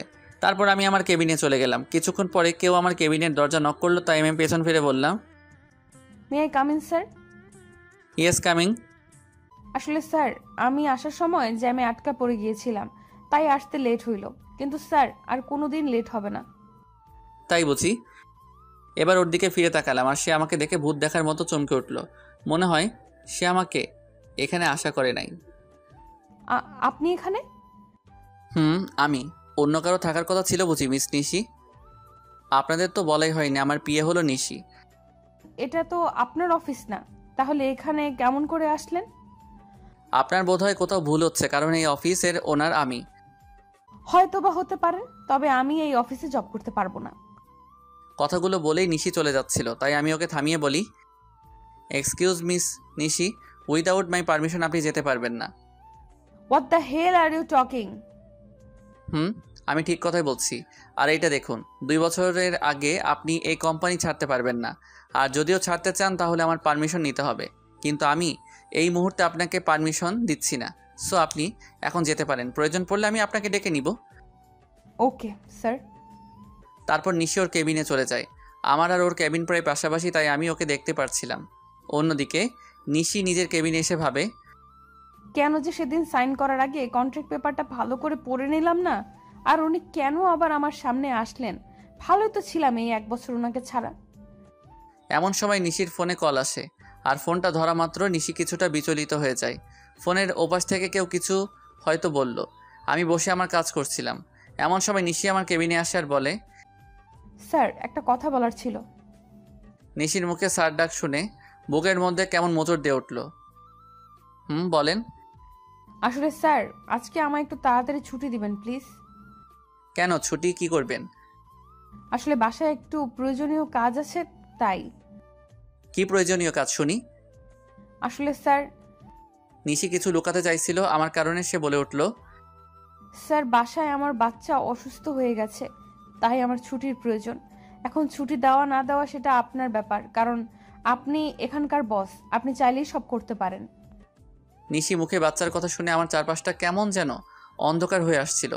নিঃশ্বাস নিতেও কষ্ট হচ্ছিল, তবুও নিজেকে সামনে নিয়ে বললাম, ওকে, আপনি যেতে পারেন, তবে কাল থেকে সময় মতো অফিসে আসবেন। যদিও কথাগুলো বলতে কষ্ট হচ্ছিল। তারপর নিশি চলে গেল, আর আমি চেয়ারের সাথে হেলান দিয়ে ভাবতে লাগলাম যে নিশি একসময় আমাকে ছাড়া কিছু বুঝতো না, সে এখন নিজের বাচ্চা নিয়ে ব্যস্ত। তবে আমি কেন একা কষ্ট পাবো? নিশি যদি আমাকে ছাড়া থাকতে পারে, তবে আমি কেন পারবো না? এসব ছাইপাশ ভাবতে ভাবতেই বিকাল হয়ে যায়, তাই আমি আর বেশি না ভেবে অফিস থেকে বেরিয়ে পড়ি আর সোজা বাসায় চলে আসি। আমাকে এত তাড়াতাড়ি বাসায় ফিরতে দেখে আম্মু আমার কাছে আসে আর বলে, কী রে বাবা, আজ এত তাড়াতাড়ি বাসায় আসলি যে? শরীর ঠিক আছে তো? বেশ বিচলিত হয়ে, কারণ নিশি যাওয়ার পর থেকে আমি অনেক রাত করে বাসায় ফিরি। আম্মু, আমার কিছুই হয়নি, অফিসে মন বসছিল না, তাই তাড়াতাড়ি চলে আসলাম। ও আচ্ছা, তুই ফ্রেশ হয়ে আয়, আমি তোর খাবার রেডি করছি। আম্মু, আমার তোমাকে কিছু বলার আছে। বলবি তো? আগে ফ্রেশ হয়ে আয়, তারপর। তাই আমি আর কোনো কথা না বাড়িয়ে ফ্রেশ হতে নিজের রুমে চলে যাই। তারপর ফ্রেশ হয়ে নিচে এসে দেখি আম্মু খাবার নিয়ে আমার জন্য অপেক্ষা করছে। তাই আমি গিয়ে বসে পড়ি আর আম্মুকে বলি, আম্মু, তুমি পরশুদিন বিয়ের কথা বলছিলে না? আমি রাজি, তবে বিয়েটা 1 সপ্তাহের মধ্যে হওয়া চাই। এটা তো খুশির খবর, তবে 1 সপ্তাহের মধ্যে বিয়েটা কিভাবে দিব বল? আমি এত কিছু শুনতে চাই না, আমি যেটা বলেছি সেটাই হবে। আচ্ছা, তুই যখন চাচ্ছিস তখন তাই হবে। তারপর আমি খাওয়া দাওয়া করে নিজের রুমে চলে আসি। আর আজ কেন জানি কষ্টটা একটু বেশি হচ্ছে, হয়তো এই কষ্টটা নিশির জন্যই হচ্ছে। কিন্তু এখন আর কিছুই করার নেই, কারণ নিশি তার পরিবার নিয়ে ব্যস্ত আছে। না, আর কষ্ট পেলে চলবে না। তারপর কখন যে ঘুমিয়ে পড়েছি বুঝতেই পারি নাই। পরের দিন সকালে রেডি হয়ে খাবার টেবিলে বসেছিলাম, এমন সময় আম্মু এসে বলল, আমি মেয়ের বাবার সাথে কথা বলেছি, তারা বলল যে তাদের কোনো সমস্যা নেই, তবে তুই যদি একবার মেয়ের সাথে দেখা করে নিতি তাহলে। দেখো আম্মু, আমি তোমায় আগেও বলেছি যে এই বিয়েটা আমি শুধু তোমার কথাই করেছি, তাই আমাকে আর এর মধ্যে জড়িও না। আচ্ছা ঠিক আছে, তাহলে আজ থেকেই বিয়ের অ্যারেঞ্জমেন্ট শুরু করতে হবে, কারণ হাতে তো আর বেশি সময় নেই। তোমরা যা বুঝো তাই করো, আমি এখন অফিসে গেলাম। তারপর আমি অফিসে চলে আসি। অফিসে আসা মাত্র সবাই আমাকে কংগ্রেস জানাতে থাকে। মনে হয় আম্মুই বিয়ের ব্যাপারে সবাইকে জানিয়েছে, তাই আমি আর কিছু না ভেবে নিজের কেবিনে চলে আসি। আর এদিকে অফিসের সবাই মিষ্টি খাচ্ছে। আমার বিয়ে উপলক্ষে এমন সময় নিশি অফিসে আসে আর আমার এক স্টাফ নিশিকে মিষ্টি খাওয়াই দেয়। তাই নিশি বলে, আরে আগে বলবে তো এটা কিসের মিষ্টি? আমাদের স্যারের বিয়ে ঠিক হয়েছে তাই, আর বিয়েটা সামনের সপ্তাহেই হবে। আমার বিয়ের কথা শুনে নিশির পুরো পৃথিবীটাই যেন উল্টে যায়। তার ইচ্ছে করছিল কান্না করতে, কিন্তু সবার সামনে সে কান্না করতে পারছিল না। তাই সে বলল, ও, এ তো অনেক খুশির খবর। এ কি নিশি, তুমি কান্না করছো নাকি? তোমার চোখে পানি কেন? কই, কান্না করব কেন? আসলে চোখে কি যেন একটা পড়েছে। নিশি ওয়াশরুমে যাওয়ার বাহানায় সেখান থেকে চলে আসে আর ওয়াশরুমে গিয়ে কান্না শুরু করে আর বলতে থাকে, কি এমন অন্যায় করেছিলাম যার জন্য আমি আমার ছেলে এত শাস্তি পাচ্ছি? এখন তো আমার ছেলে বাবা থাকতেও অনাথ। এমন সময় নিশির ফোন বেজে ওঠে আর সে ফোনের দিকে তাকিয়ে দেখে বাসা থেকে বুয়া ফোন করেছে। তখন নিশি তার চোখের পানি মুছে নিয়ে ফোনটা পিক করে। তখন বুয়া বলতে শুরু করে, ম্যাডাম, মেহমেদ বাবুর তো জ্বর আরও বেড়েছে। আমি কি করব কিছুই বুঝতে পারছি না। মেহমেদ রাজ ও নিশির ভালোবাসার অংশ, যা রাজ জানে না। সে মনে করে নিশি অন্য কাউকে বিয়ে করেছে। তুমি বাবুকে একটু ঘুম পাড়ানোর চেষ্টা করো, আমি কিছুক্ষণ পরে আসছি। নিশি তার বুয়ার সাথে কথা বলছিল। এমন সময় আমি নিশিকে ডেকে পাঠাই। তখন নিশি এসে বলে, may I come in sir? Yeah coming. Sir আমায় ডেকেছিলেন? তুমি মনে হয় স্টাফদের কাছ থেকে শুনেছ, তবু তোমায় বলছি, নেক্সট উইক আমার বিয়ে। স্যার, শুনেছি। কথাটি বলার সময় নিশির গলাটা ধরে আসছিল আর ওর চোখের কোণায় পানিও জমতে শুরু করেছিল, যা আমার চোখ এড়ায় নাই। আমি চাচ্ছি আমার বিয়ের সকল অ্যারেঞ্জমেন্ট তুমি করো, যদি তোমার আপত্তি না থাকে। না স্যার, আমার কোনো আপত্তি নেই, আর আমি তো আপনার পিএ, এগুলো করা আমার কর্তব্য। তাহলে কাজে লেগে পড়ুন। আমাকে যত কষ্ট দিয়েছ তার চেয়ে বেশি কষ্ট আমি তোমায় দিব নিশি। হঠাৎ আমার ফোনটি বেজে ওঠে, দেখে আম্মু ফোন করেছে। তারপর আমি ফোন রিসিভ করি আর আম্মুর সাথে কথা বলা শেষ করে নিশিকে বলি, মিস নিশি, আমার সাথে চলুন। কোথায় স্যার?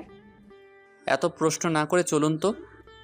তারপর আমি আর নিশি অফিস থেকে বেরিয়ে আমার গাড়িতে গিয়ে বসি, আর তখন দেখি নিশি পেছনের সিটে গিয়ে বসছে। তাই আমি তাকে বলি, আমাকে দেখে কি আপনার ড্রাইভার মনে হয় নাকি? তা কেন মনে হবে? তাহলে তুমি পিছনে কেন বসছো?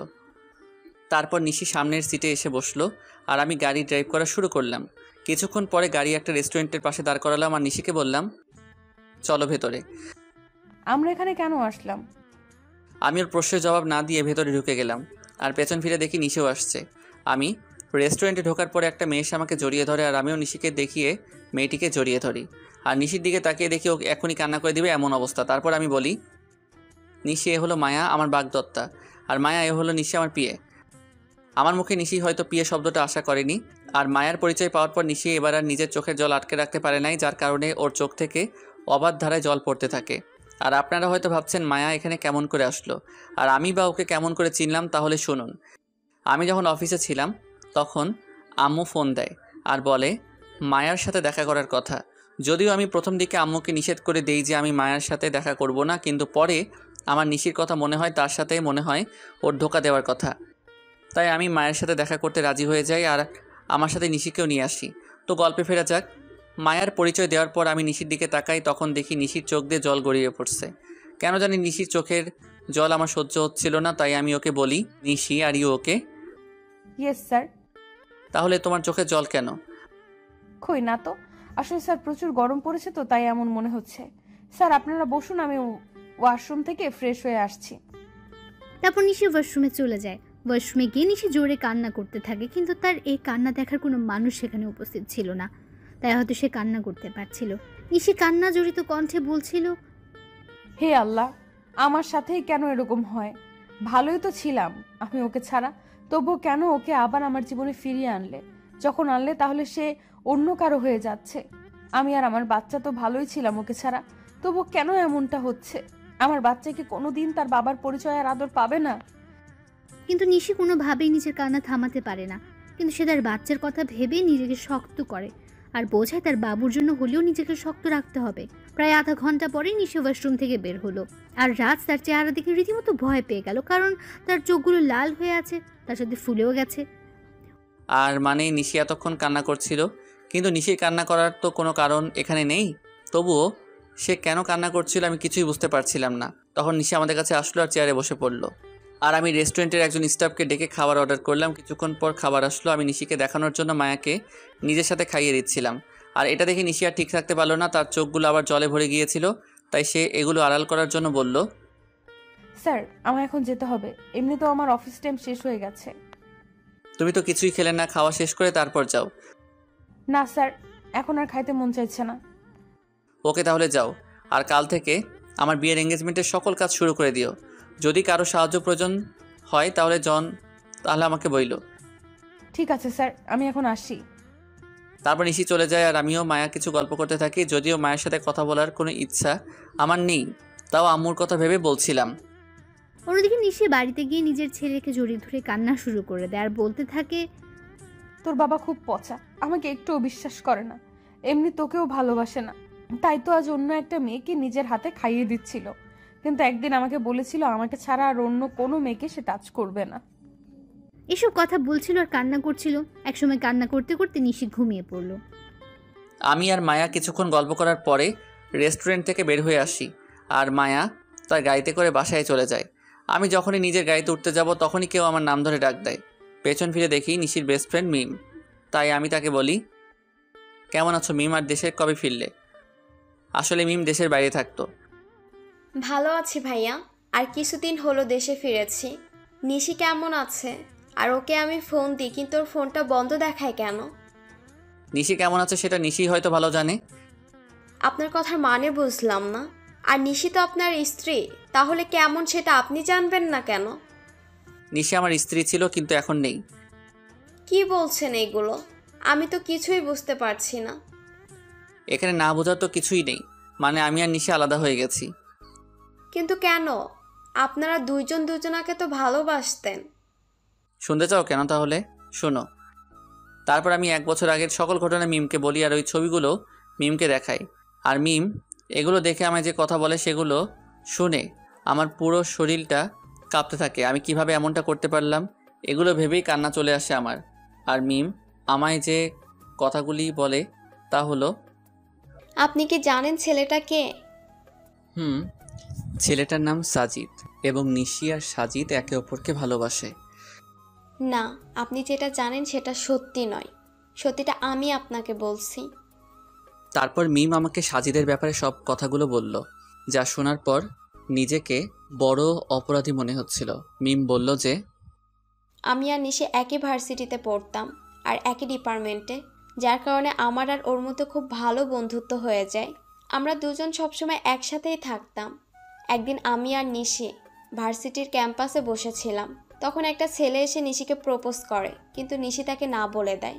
আমি এর কারণ জানতে চাইলে নিশি জবাবে বলে যে তার ভালোবাসা শুধু তার বরের জন্য। তাই আমি নিশিকে আর কিছু জিজ্ঞেস করি নাই। তারপর কি হলো? ওই ছেলেটির নামই ছিল সাজিদ, কিন্তু নিশি মানা করার পরেও সে নিশির পিছু ছাড়ে নাই, তাকে প্রতিদিন বিরক্ত করত। কিন্তু নিশি কিছুই বলতো না।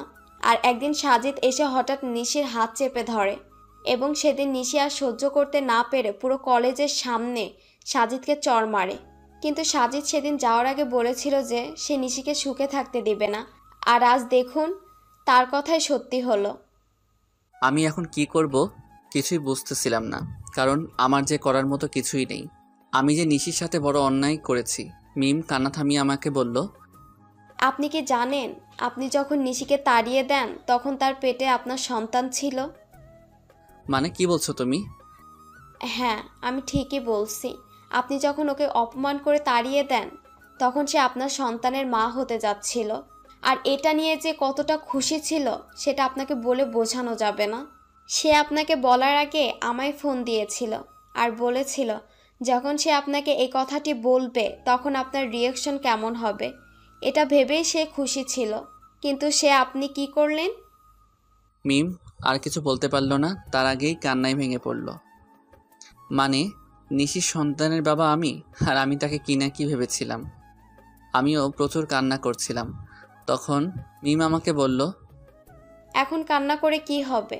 যা হওয়ার তা হয়ে গেছে। এখন আর এগুলো ভেবে কি করবেন? না, এখনো কিছু হয় নাই। তারপর আমি মিমকে নিশির কথা বললাম। সত্যি বলছেন? নিশি এখনো এই শহরেই থাকে?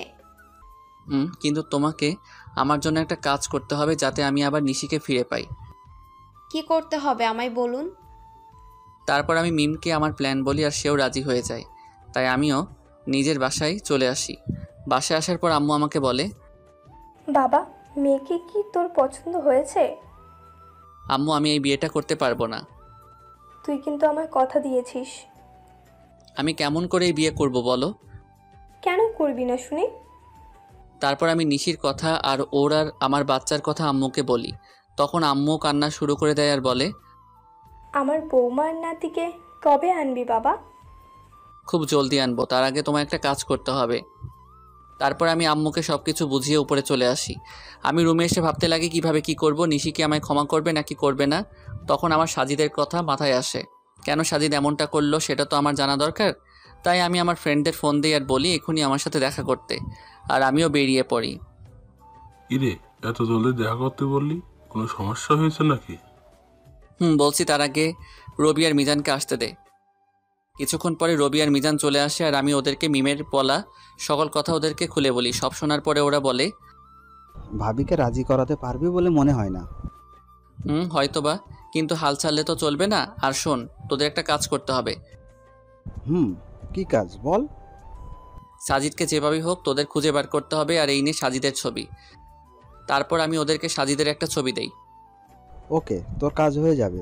তার আগে তুই ভাবিকে কিভাবে ম্যানেজ করবি। ঠিক বলেছিস, কিছু তো একটা করতেই হবে। আচ্ছা তোরা এখন থাক, আমি একটা জায়গা থেকে আসতেছি। ওদের থেকে বিদায় নিয়ে আমি সোজা অফিসে চলে আসি। অবশ্য অফিসে আসার মূল উদ্দেশ্য হলো নিশির বাড়ির ঠিকানাটা নেওয়া, কারণ আমি ওর বাসার ঠিকানা জানি না। অফিসে আসার পরে আমি ম্যানেজারকে ফোন দিই আর অফিসে আসতে বলি। কিছুক্ষণ পরে ম্যানেজার অফিসে আসে আর বলে, স্যার, কোনো দরকারি কাজ আছে নাকি? না, তেমন কিছু দরকারি কাজ না, আমি শুধু নিশির বাসার ঠিকানা নেওয়ার জন্যই অফিসে এসেছি। ওকে স্যার, একটু ওয়েট করেন, আমি নিয়ে আসছি। তারপর ম্যানেজার আমাকে নিশির ঠিকানাটা দেয় আর আমি সেটা নিয়ে বেরিয়ে পড়ি। প্রায় আধা ঘন্টা ড্রাইভ করার পরে আমি নিশির বাসায় পৌঁছাই। দেন আমি ওর বাসায় কলিং বেলে চাপ দেই। কিছুক্ষণ পরে নিশি এসে দরজা খুলে দেয় আর আমি নিশিকে দেখেই হেসে ফেলি, কারণ সে সারা গায়ে ময়দা মেখে আছে। তখন নিশি বলে, এই আপনি পাগলের মতো হাসছেন কেন? আর এইখানেই বা কি করছেন? বারে, নিজের বউয়ের বাসায় আসতে আবার কারো পারমিশন লাগে নাকি? মানে কে আপনার বউ? আর এসব কি বলছেন? আমার সামনে যে দাঁড়িয়ে আছে সে আমার বউ, বুঝেছেন? আর দেখি সাইড দেন, আমি ভেতরে ঢুকবো। আইসে আমি কারো বউ? আর 1 বছর আগে আমার ডিভোর্স হয়ে গেছে। তো কি হয়েছে, আমি আবার বিয়ে করব? কথা বলতে বলতে বাড়ির ভিতরে ঢুকে যায় আর তখনই দেখি একটা ফুটফুটে বাবু শুয়ে আছে। হয়তো এটাই আমার বাবু হবে। ওকে দেখার সাথে সাথে আমার চোখ দিয়ে পানি বেরিয়ে আসে। কি করছেন কি আপনি? আমি এর কথার জবাব না দিয়ে বাচ্চার দিকে এগোতে থাকি, আর যখনই আমি বাচ্চাটিকে স্পর্শ করতে যাব তখনই নিশি আমাকে ধাক্কা দেয় আর বলে ওঠে, একদম আমার বাচ্চা ধরার চেষ্টা করবেন না, তাহলে কিন্তু আমার চেয়ে খারাপ আর কেউ হবে না। ও কি শুধুই তোমার বাচ্চা? ও শুধু আমার আর কারো না, তাই আপনি ওকে ছোঁয়ার চেষ্টাও করবেন না। প্লিজ নিশি, আমার বাচ্চাকে একটু কোলে নিতে দাও। আপনার বাচ্চা? হাসালেন মিস্টার রাজ। ও শুধু আমার বাবু, আর আমি ওর মা, আর আমিই ওর বাবা। নিশি প্লিজ। না, আমি ওকে কোনো অপরিচিত লোকের কাছে দিব না। তুমি কাকে অপরিচিত বলছো নিশি? তুমি জানো না আমি ওর কে হই? না, জানি না, আর জানতেও চাই না। তাই ভালোই ভালোই বলছি, এখান থেকে চলে যান, নয়তো আমার থেকে খারাপ আর কেউ হবে না। তুমি মানো নাকি না মানো, আমি ওর বাবাই, আর এটাই সত্যি। বাবা, তাই না? এই বাবার অর্থটার মানে আপনি জানেন? যে নিজের স্ত্রীকে বিলিভ না করে অন্য লোকের কথা শুনে নিজের অন্তঃসত্ত্বা স্ত্রীকে বাড়ি থেকে বাইর করে দেয়, তার কোনো বাবা হওয়ার যোগ্যতা নেই। বুঝেছেন আপনি? নিশ্চয় আমি মানছি আমি ভুল করেছি, তাই বলে কি তুমি আমাকে আমার বাচ্চা থেকে আলাদা করে দেবে? আপনি আর একবারও ওকে নিজের বাচ্চা বলবেন না। এই 1 বছর আমি ওর বাবা মা দুটোই ছিলাম, আর ভবিষ্যতেও থাকতে পারবো। প্লিজ নিশি, আমাকে ক্ষমা করে দাও, এরকম ভুল আমি আর কোনোদিন করব না। এই বলে আমি ওকে নিজের বুকের মাঝে টেনে নেই। নিশি কিছুক্ষণ আমার বুকের মাঝে থেকে পরক্ষণে নিজেকে ছাড়িয়ে নেয় আর বলে, হো, বুঝেছি আপনি কেন এখানে এসেছেন। আপনি আমার শরীরটা ভোগ করতে চান, এই তো? এর আগেও একবার করেছিলেন, তাই না? ওকে, আমি নিজেই আমার সব বিলিয়ে দিচ্ছি, তবুও আপনি আমার আর আমার সন্তানের মাঝে আসবেন না। বলেই নিজের শাড়ির আঁচল নিচে ফেলে দিল আর বলল, নিন, শুরু করুন। আমি এবার নিজের রাগকে কন্ট্রোল করতে না পেরে নিশির গালে জোরে একটা চড় মারি আর বলি, তুমি এমনটা ভাবলে কি করে নিশি? তুমি আজ পর্যন্ত এই চিনলে? ঠিক আছে, তুমি যখন বলছো তবে আমি তোমাদের জীবন থেকে অনেক দূরে চলে যাব। তার আগে প্লিজ একবার আমার ছেলেকে আমার কোলে দাও। নিশি কিছুক্ষণ কি যেন একটা ভাবলো, তারপর বলল, শুধু একবার, তার বেশি নয়। তারপর আমি আমার ছেলেকে কোলে তুলে নিলাম, আর ওকে কোলে নেওয়ার পর যেন মনে হলো পুরো পৃথিবীর সুখ আমার কোলের মাঝে আবদ্ধ হয়েছে। কিন্তু এটা বেশি সময় স্থায়ী হলো না। নিশি আমার কোল থেকে বাচ্চাকে কেড়ে নিয়ে বলল, এবার যান, আর কোনোদিন এখানে আসবেন না। আমি কিছু বললাম না, শুধু বললাম নিজেরও বাবুর খেয়াল রেখো। তারপর সেখান থেকে চলে আসলাম। নিশির বাসা থেকে বের হয়ে রাস্তায় আসলাম আর ভাবতে লাগলাম, নিশি আমাকে এতটুকু বিশ্বাস করে না। ও কেমন করে ভাবতে পারলো যে আমি ওর শরীরকে, না, নিশির সামনে আমি আর কোনোদিন যাব না। নিশিও তো এটাই চাই। তবে তাই হোক। এমন সময় রবির ফোন আসে আর ও বলে, কিরে রাজ, কোথায় আছিস? তোকে সেই কখন থেকে ফোন দিয়ে যাচ্ছি। তুই আমার অফিসে এক্ষুনি আয়, আর সাথে করে একজন উকিলকেও নিয়ে আসিস। আমি না হয় আসবো, তবে উকিলকে কেন নিয়ে আসবো তাই তো বলবি। এত কথা না বলে তোকে যা বলছি তুই তাই কর। এই বলে আমি ফোন কেটে দেই আর নিজের অফিসে চলে আসি। কিছুক্ষণ পরে রবি আর উকিল আসে, তখন আমি বলি, উকিল সাহেব, আমি একটা উইল করতে চাই। বলুন, কিসের উইল করবেন? আমি এই কোম্পানির অর্ধেক আমার ছেলে আর বাকি অর্ধেক আমার স্ত্রীর নামে করে দিতে চাই, আর সেটা আজ রাতের মধ্যেই। কি বলছিস কি এসব? তোর মাথাটা কি ঠিক আছে? আমি ঠিক বলছি, আর আমার মাথাও ঠিক আছে। যেহেতু আমার আব্বুর আলাদা কোম্পানি আছে, তাই কোনো প্রবলেম নাই। ওকে, আপনি যখন বলছেন তখন তাই হোক। তারপর উকিল সাহেব সকল ফর্মালিটি পূরণ করে দেয়, আর আমি ম্যানেজারকে ফোন করে বলে দেই যে নিশি এখন থেকে এই কোম্পানির মালিক। তারপর আমি রবিকে বলি, রবি আমার জন্য যত তাড়াতাড়ি পারিস একটা লন্ডনের ফ্লাইটের টিকিট বুক করে দে, আর সেটা আজ রাতের মধ্যে হলেই ভালো হয়। মানে তুই লন্ডনের টিকিট কি করবি? আমি এদেশে আর থাকবো না, তাই লন্ডনে যাব। কিন্তু কোনো কিন্তু নয়, আর হ্যাঁ, কেউ যেন জানতে না পারে আমি কোথায় আছি। তুই কাউকে বলবি, এটা আমার কসম। ঠিক আছে। তারপর রবি একটা টিকিটের ব্যবস্থা করে দেয় আর আমাকে এয়ারপোর্টে থুতেও যায় আর বলে, ওখানে পৌঁছে আমাকে ফোন দিবি, আর আমার সাথে যোগাযোগ বন্ধ করবি না কিন্তু। করব। এবার আমি ওকে জড়িয়ে ধরে কান্না করতে থাকি। কিছুক্ষণ পরে আমার ফ্লাইট, তাই আমি প্লেনে গিয়ে বসি, আর প্লেনও টেক অফ করে। যেহেতু আমি লন্ডন থেকে লেখাপড়া শেষ করেছি, তাই এখানে আমার অনেক ফ্রেন্ডই আছে, তাই আমি সেখানে পৌঁছে আমার এক ফ্রেন্ডকে কল দিই, আর সে আমাকে এয়ারপোর্ট থেকে পিক করে নিয়ে যায়। আমার ফ্রেন্ডের লন্ডনে একটা কোম্পানি আছে, তাই সে আমাকে সেখানে কাজ দেয়। আমি লন্ডনে এসেছি 2 দিন হলো, এর মধ্যে শুধু রবির সাথে কথা হয়েছে। অন্যদিকে নিশি প্রায় 2 দিন হলো অফিসে যায় না, আর সে একদিন বিকেলে তার ছেলেকে নিয়ে বাইরে ঘুরতে বের হয়, আর তখনই তার মিমের সাথে দেখা হয়। আর মিম নিশিকে দেখা মাত্র জড়িয়ে ধরে কান্না শুরু করে দেয়। এভাবে কিছুক্ষণ দুজন কান্না করতে থাকে। তারপর মিম নিশির কোলে বাবু দেখে বলল, এটাই বুঝি আমার পুস্কু? রে। দেখতে তো একেবারে ওর বাবার মতো হয়েছে। প্লিজ মিম, ওর নামটা আর বলবি না। কেন রে? তুই কিছুই জানিস না ও আমার সাথে কি করেছে। আমি সব জানি, রাজভাই আমাকে সব বলেছে। তারপর মিম নিশুকে সব সেদিনকার কথা খুলে বলল। সব কথা শুনে নিশিও কান্না শুরু করে দেয় আর বলে, আমি কিভাবে পারলাম ওর সাথে খারাপ ব্যবহার করতে? তাহলে কি সেদিন ও এই কথাটাই বলতে এসেছিল? তুই কি বলছিস? আমি কিছুই বুঝতে পারছি না। কাইন্ডলি একটু পরিষ্কার করে বলবি যে কার সাথে খারাপ ব্যবহার করেছিস? বলছি। তারপর নিশু সেদিন ঘটে যাওয়া ওর আর রাজের সকল ঘটনাগুলো বলে। সব কথা শোনার পরে মিম বলে, যা হওয়ার হয়ে গেছে, তুই কালকে গিয়ে রাজভাইয়ের কাছে মাপ চাইবি। ওকে আমায় মাফ করবে? অবশ্যই করবে। আর এখন বাড়িতে যা, কাল দেখা হচ্ছে। তারপর নিশি ও তার ছেলে বাড়িতে চলে আসে। বাড়িতে আসার পর থেকে নিশি অনেকটা খুশি, কারণ ভালোবাসার মানুষকে ফিরে পাওয়া। নিশি ভাবতে শুরু করে দিয়েছে কালকে কি হবে, কিন্তু নিশি হয়তো এটা জানে না যে কালকে তার জন্য কি অপেক্ষা করছে। পরের দিন সকালে নিশি একদম রাজের পছন্দ মতো সাজলো। নীল শাড়ি, নীল চুড়ি, হালকা মেকআপ, কিন্তু ঠোঁটে কোনো প্রকার লিপস্টিক দেয়নি, কারণ রাজ লিপস্টিক দেওয়া পছন্দ করে না। সাজগোজ শেষে নিশি নিজেকে নিজেই দেখে লজ্জা পাচ্ছে, কারণ আজ প্রায় 1 বছর পরে ও এরকমভাবে সাজলো। কিছুক্ষণ নিজেকে আয়নায় দেখার পরেই নিশি অফিসের উদ্দেশ্যে রওনা দেয়। অফিসে পৌঁছে নিশি অবাক হয়ে যায়, কারণ সবাই নিশিকে সালাম দিচ্ছে, কিন্তু এসব নিয়ে নিশির কোনো মাথা ব্যথা নেই। সে শুধু তার প্রিয় মানুষটির অপেক্ষা করতে লাগলো। নিশি অফিসে এসেছে প্রায় ঘন্টাখানেক হলো, কিন্তু এখনও রাজ আসেনি। তাই এবার নিশির বেশ চিন্তা হচ্ছে। তাই সে ম্যানেজারের কাছে যায় আর বলল, আচ্ছা, এখনো রাজ অফিসে আসে নাই কেন? রাজ স্যার তো গত 3 দিন ধরে অফিসে আসছে না ম্যাম। মানে অফিসে আসে না কেন? আর আপনি আমাকে ম্যাম কেন বলছেন? অফিসের বসকে ম্যাম বলবো না তো আর কি বলবো? কি বলছেন এসব? আর কে অফিসের বস?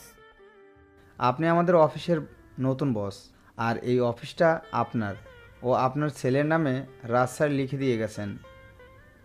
মানে লিখে দিয়ে গেছে? কোথায় গেছে উনি? সেটা তো আমি জানি না, আর গত 3 দিন ধরে ওনার ফোনটাও বন্ধ দেখাচ্ছে। কি বলছেন এগুলো?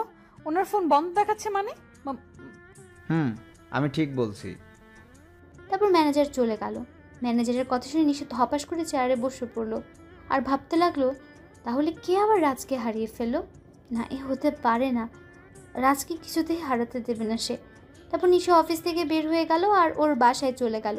বাসায় গিয়ে নিজের ছেলেকে নিয়ে রাজের বাসায় চলে আসলো। আর যেহেতু রাজের মা জানে যে নিশি আর রাজ একটা ছেলে আছে তাদের, তাই তিনি নিশিকে দেখা মাত্র কাছে টেনে নেন আর বললেন, কোথায় ছিলি মা এতদিন? আমাদের কথা কি একবারও মনে পড়েনি? মা, মনে তো অনেক পড়েছে, কিন্তু আসার অধিকারটা ছিল না। হয়েছে, আর বলতে হবে না। আর এটাই কি আমার দাদু ভাই? আম্মু। তারপর সবাই মেহমতকে নিয়ে ব্যস্ত হয়ে পড়লো। কিছুক্ষণ পর নিশি বলে, আম্মু, তোমার ছেলে কই গো? ও আমাকে অনেক জ্বালিয়েছে, আজ তার বদলা নেব। মানে রাজ তোর সাথে আসেনি? সে তো বলেছিল তোকে নিয়ে বাসায় আসবে, তাই আমি ওকে কোনো ফোন দিইনি। ও 3 দিন ধরে আমার সাথে দেখাই করে নাই, আর অফিসেও যায় নাই, তাই আমি মনে করলাম যে ও বাসায় আছে। এখন রাজের আম্মু কান্না করছে। তারা সবাই ভাবছে যে রাজ কোথায় গেল। অন্যদিকে রাজ লন্ডনে গিয়ে তার বন্ধুর বাসায় উঠেছে, আর আজ তার অফিসের প্রথম দিন, তাই সে অফিসের জন্য তৈরি হয়ে বের হবে। তারপর রাজ আর ইব্রাহিম, রাজের বন্ধু, অফিসের উদ্দেশ্যে রওনা দেয়। অফিসে পৌঁছে রাজ অবাক না হয়ে পারল না, কারণ আমাদের অফিসের বস হলো নীলা। সে আমাকে দেখা মাত্র আমায় এসে জড়িয়ে ধরে আর বলে, আরে রাজ, কেমন আছো তুমি? আলহামদুলিল্লাহ, ভালোই আছি। তুমি কেমন আছো? ভালো ছিলাম না, কিন্তু এখন থাকবো। মানে তুমি কি বললে বুঝতে পারলাম না। আমি বললাম যে আমিও ভালো আছি। তা আঙ্কেল আন্টি কেমন আছে? তারাও ভালোই আছে, যদিও আমি জানি না যে তারা কেমন আছে। তা কি মনে করে তোমাদের কোম্পানি ছেড়ে এখানে জয়েন করলে? এমনি গো, তেমন কিছু না। ওকে রাজ, তোমার সাথে পরে কথা হবে। এখন একটা মিটিং আছে, তাই যেতে হবে। বাই। তারপর নীলা চলে গেল। এখন আপনারা হয়তো ভাবছেন নীলাকে আর আমি বা নীলাকে কেমন করে চিনি, তাই তো? তাহলে শুনুন, নীলা, আমি আর ইব্রাহিম একই সাথে পড়তাম, তাই আমি আর ওকে চিনি। আর আমি নীলাকে সবসময় নিজের বন্ধুই ভাবতাম, কিন্তু একদিন নীলা আমাকে এসে প্রপোজ করে, কিন্তু আমি এসব পছন্দ করতাম না, তাই আমি ওকে নিষেধ করে দেই। কিন্তু নীলা আমায় প্রতিদিন প্রপোজ করতে থাকে, তাই আমি তাকে বলি নেক্সট টাইম যদি সে আমায় প্রপোজ করে তাহলে আমি ওর সাথে আর বন্ধুত্ব রাখতে পারবো না। তাই সেদিনের পর থেকে নীলা আমায় আর প্রপোজ করে নাই। এর মধ্যে আমার লেখাপড়া শেষ হয়ে যায়। তারপর আমি দেশে ফিরে আসি, আর বাকিটুকু তো আপনারা জানেন। নীলা যাওয়ার পরে আমি ইব্রাহিমকে বলি, কি রে, এটা তো তোর কোম্পানি, তাহলে নীলা এখানকার বস কিভাবে? এটা আমার কোম্পানি, কিন্তু এর মালিক আমরা দুজন, আমি আর নীলা। তো তুই আমাকে আগে বলতে পারলি না যে এখানে নীলাও আছে? তাহলে আসছি না, তাই তো? এর জন্যই তো নীলার কথা আমি তোকে আগে বলি নাই। বেশ করেছিস। এখন এখান থেকে দূর হ, আমার কাজ আছে। তারপর আমি কাজ করতে শুরু করলাম। বিকালের আগে আমার সব কাজ শেষ হয়ে যায়, তাই আমি একটু অফিসের চারপাশটা ভালো করে ঘুরে দেখছিলাম। তখন পেছন থেকে কেউ আমার কাঁধে হাত রাখে। আমি তখন পেছনে ফিরে দেখি নীলা দাঁড়িয়ে আছে। এখানে দাঁড়িয়ে কি করছো রাজ? কিছু না, শুধু চারপাশের প্রকৃতি দেখছিলাম। ওহ, চলো আজ আমি আর তুমি দুজন একসাথে ডিনার করব। তা কি করে হয় বলো? সব হয়। বলে এক প্রকার জোর করে গাড়িতে বসিয়ে দেয়। কিছুক্ষণ পর নীলা গাড়ি একটা রেস্টুরেন্টের সামনে দাঁড় করায়, আর আমরা সেখানে ডিনার শেষ করি। ডিনার করার সময় আমাদের অনেক কথাই হয়। তারপর নীলাই আমাকে বাড়িতে পৌঁছে দেয়। বাড়িতে আসার পরে আমি সোজা ওয়াশরুমে চলে যাই, আর কিছুক্ষণ পরে ফ্রেশ হয়ে বেরিয়ে আসি। আর তখনই আমার রবির কথা মনে হয়। আজ সারাদিন ওকে একবারও ফোন দেওয়া হয়নি, তাই আমি দেরি না করে ওকে ফোন দেই। কিন্তু ফোন দেওয়ার পর রবি যা বলে তা শোনার জন্য আমি মোটেও প্রস্তুত ছিলাম না। কেমন আছিস ভাই? এই তো ভালোই আছি, তুই কেমন আছিস? আমিও ভালো আছি। আমার বাড়ির সবাই কেমন আছে? কেউ ভালো নেই। তুই যাওয়ার পরে সবাই কেমন যেন হয়ে গেছে, আর আন্টি তোর জন্য প্রায় পাগল হয়ে গেছে। তুই ফিরে আয় ভাই।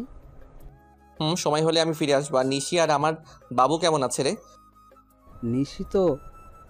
রবি নিশির ব্যাপারে কিছু বলতে যাবে তার আগে আমি বলি, বাদ দে নিশির কথা, তুই ভালো থাকিস আর আমার পরিবারকেও দেখে রাখিস। এই কথাগুলো বলেই আমি ফোন কেটে দেই। সে রাতে আমার আর ঘুম আসলো না। পরের দিন থেকে আমি আবার নতুন জীবন শুরু করার ব্যর্থ চেষ্টা করি। সকালে ফ্রেশ হয়ে ইব্রাহিমের সাথে অফিসে চলে যাই। আর অফিসে পৌঁছে নীলা বলে, রাজ কেমন আছো? এই তো ভালো, তুমি কেমন আছো নীলা? আমিও ভালো আছি। কাজের চাপ বেশি দেয়নি তো তোমায়? আরে না, এতটুকু কাজ করার অভ্যাস আমার আছে। ও আচ্ছা, তোমার কাজ শেষ হলে আমি আর তুমি এক জায়গায় যাব, কেমন? সেটা না হয় যাবো, কিন্তু যাবেটা কোথায়? সেটা গেলেই দেখতে পারবে। আমিও আর বেশি না ভেবে কাজে মন দিলাম। আর কাজ করতে করতে কখন বিকেল হয়ে গেছে জানতেই পারি নাই। তখন হঠাৎ নীলা এসে বলল, কি গো, তোমার হলো? আর একটু আছে, তুমি দাঁড়াও। আমি আর দাঁড়াতে পারছি না, তুমি আমার সাথে চলো, আমি এই কাজটা অন্য কাউকে দিয়ে করাচ্ছি। বলে নীলা আমার কাজটা একজনকে দিয়ে আমাকে জোর করে বাইরে নিয়ে আসে। আমাকে বাইরে নিয়ে আসার পর নীলা বলে, তুমি গাড়িতে বসো, আমি আসছি। তারপর নীলা আবার অফিসের মধ্যে চলে যায়, আর আমি গাড়িতে উঠে বসি। কিছুক্ষণ পরে নীলা বের হয়ে আসে আর গাড়িতে উঠে গাড়ি ড্রাইভ করে। কিছুক্ষণ ড্রাইভ করার পরে আমরা একটা বড় বাড়ির সামনে এসে দাঁড়াই, আর নীলা বলে, রাত চলো। এটা আমায় কোথায় নিয়ে এলে? ভেতরে গেলেই দেখতে পারবে। তারপর আমি নীলার পিছু পিছু ভেতরে যাই। আর ভেতরে গিয়ে আমি অবাক হয়ে যাই, কারণ ভেতরে নীলার বাবা মা বসা ছিল। তার মানে এটা নীলাদের বাড়ি। তখন আমি বললাম, কেমন আছেন আঙ্কেল? কেমন আছেন আন্টি? ভালো বাবা, তুমি কেমন আছো? জি আন্টি, আমিও ভালো আছি। তারপর আরও অনেক কথা বললাম, আর খাওয়া দাওয়াও এখানেই করলাম। নীলা রাতে আমাকে ইব্রাহিমের বাসায় ধুয়ে যায়, তাই আমিও ফ্রেশ হয়ে ঘুমিয়ে পড়ি।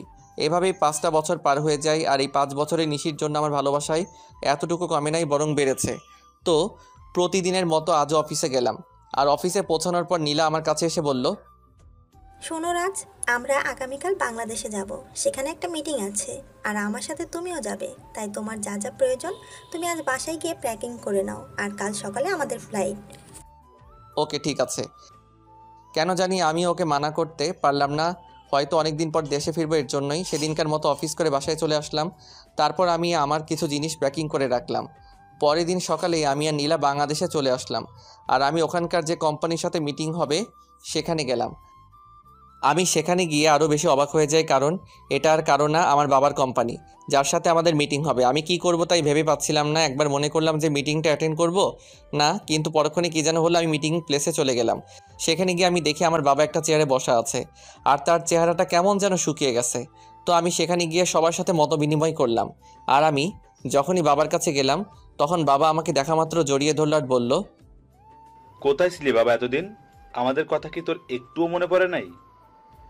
বাবা, অনেক মনে পড়েছে, কিন্তু আমি যে অপারগ ছিলাম। এখন আমার সাথে তুই বাসায় যাবি, তোকে দেখলে তোর আম্মু অনেক খুশি হবে।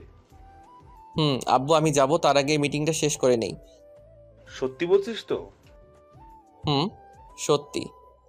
এতক্ষণ সবাই আমাদের দিকে তাকিয়েছিল আর বোঝার চেষ্টা করছিল যে কি হচ্ছে এগুলো। এমনি নীলাও অবাক হয়ে গিয়েছে, কারণ সেও আমার বাবাকে চিনে না। তাই সে আমার কাছে এসে বলল, তুমি বিজনেসম্যান নাজমুল সাহেবের ছেলে?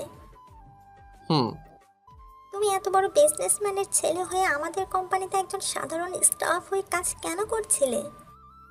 এর একটা কারণ আছে যেটা তুমি জানো না। কি কারণ আছে রাজ? মিটিং শেষ হোক, তারপর না হয় বলি। ওকে, ঠিক আছে। নীলার অবাক হওয়াই স্বাভাবিক, কারণ এই 5 বছরে আমি নীলাকে একবারের জন্য আমার আসল পরিচয়টা বলি নাই, যদিও সে জানতো আমাদের একটা কোম্পানি আছে। তারপর আমরা মিটিং শেষ করে বাহির হলাম, আর তখনই আমার চোখ গেল একটা বাচ্চার উপর।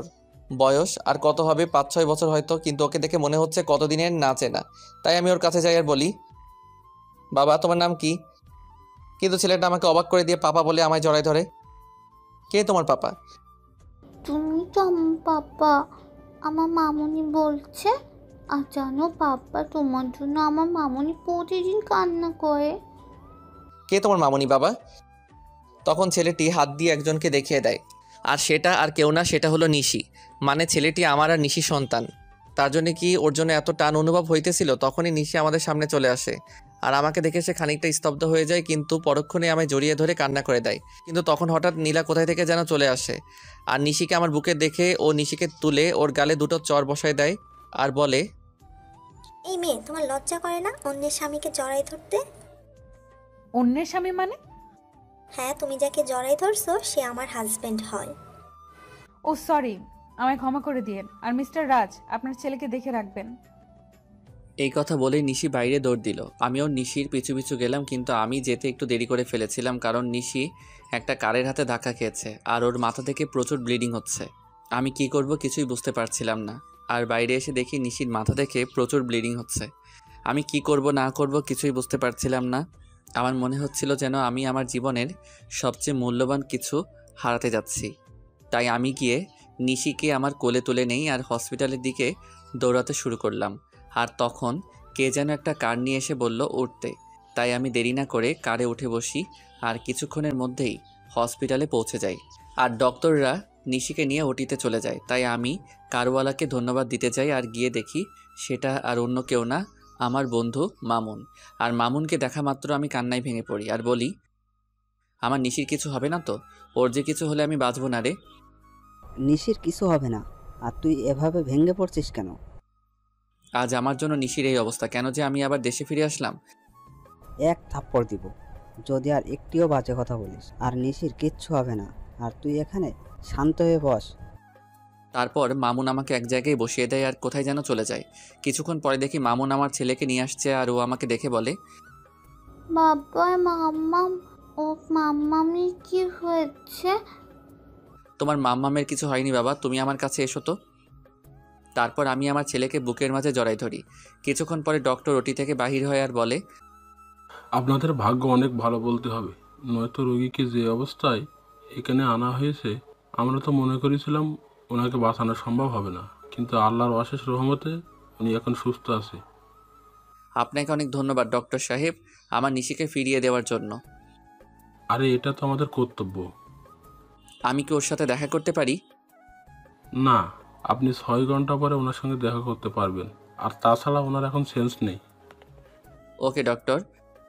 ডক্টরের সাথে কথা শেষ করে এসে আমি আমার ছেলের কাছে বসি। আমি আর আমার ছেলে বসে আছি, তখন কেউ পেছন থেকে আমার নাম ধরে ডাক দেয়। তাই আমি পেছনে তাকাই কে ডাকছে দেখার জন্য। তখন দেখতে পাই আব্বু আর আম্মু দাঁড়ায় আছে। আর আম্মু আমাকে দেখে আর স্থির থাকতে পারলো না, আমার কাছে এসে কান্না শুরু করে দিল আর বলল, কোথায় ছিলি বাবা এতদিন? আমাদের কথা কি তোর একটুও মনে পড়ে না? আম্মু, মনে তো সবসময় পড়তো, কিন্তু আসার উপায় ছিল না। আর এই যে দেখো আমি এসে গেছি, আর কোথাও যাব না। সত্যি তো? সত্যি।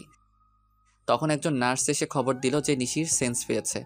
তাই আমি আর দেরি না করে নিশির কেবিনে ঢুকে গেলাম।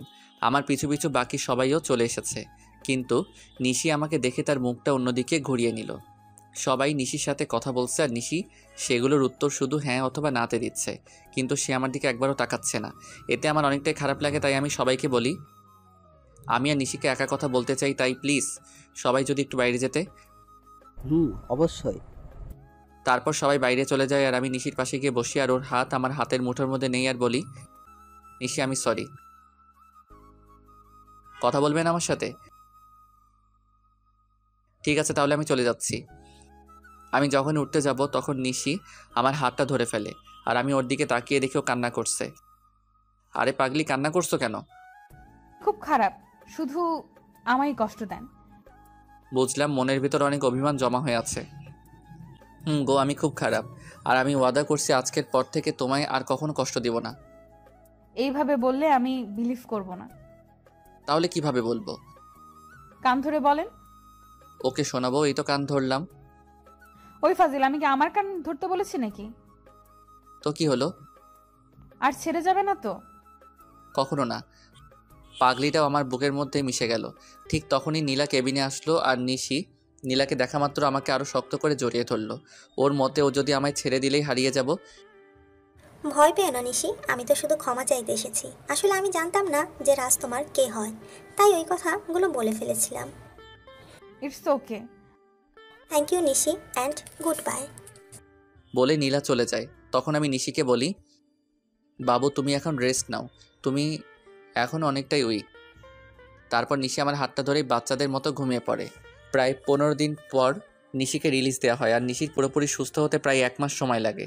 আর এই 1 মাস কেটেছে নিশির সাথে দুষ্টমি করতে করতে। একদিন রাতে আমি আর নিশি ছাদে বসেছিলাম, তখন নিশির কী যেন মনে হলো আর সে আমার কোলের উপরে উঠে এসে বসলো আর আমার গাল জড়ায় ধরে বলল, আমার একটা ফুটফুটে মেয়ে চাই, দিবেন? দিব। ও আমি ওর ঘাড়ে আমার নাক ডুবিয়ে গন্ধ নিচ্ছি আর কথাগুলো বলছিলাম, কেমন যেন নেশা ধরানো গন্ধ। তখন নিশি হঠাৎ করে ওর দুহাত দিয়ে আমার মাথা উঁচু করে ওর ঠোঁট আর আমার ঠোঁট এক করে দেয় আর পাগলের মতো চুষতে থাকে। নিশির এমন কাজ দেখে আমি খানিকটা অবাক হলেও পরক্ষণেই নিজেকে সামলে নেই আর ওর কোমরটা জড়িয়ে ধরে নিজের দিকে টেনে আনি আর ওর ঠোঁট চুষতে থাকি। এইভাবে প্রায় 10 মিনিট ছিলাম। তারপর আমি নিশির পাজাখোলা করে তুলে নিয়ে রুমের মধ্যে আসি আর পা দিয়ে দরজাটা লাগিয়ে দিই। তারপর নিশিকে বিছানায় শুয়ে দিয়ে নিজের শার্টের বোতামগুলো খুলি আর শার্টটা দূরে ছুঁড়ে মারি। তারপর নিশির ওপরে উঠে ওর ঘাড়সহ সারা শরীরে কিস করি, সাথে হালকা কামড় দেই। ফলে নিশি হালকা চিৎকার করছিল। তারপর আমি আস্তে আস্তে নিশির ব্লাউজের হুক খুলি আর নিশি আবেশে আমাকে জড়ায় ধরে। তারপর আর কমু না, সবাই নিজে থেকেই বুঝে নেন গা।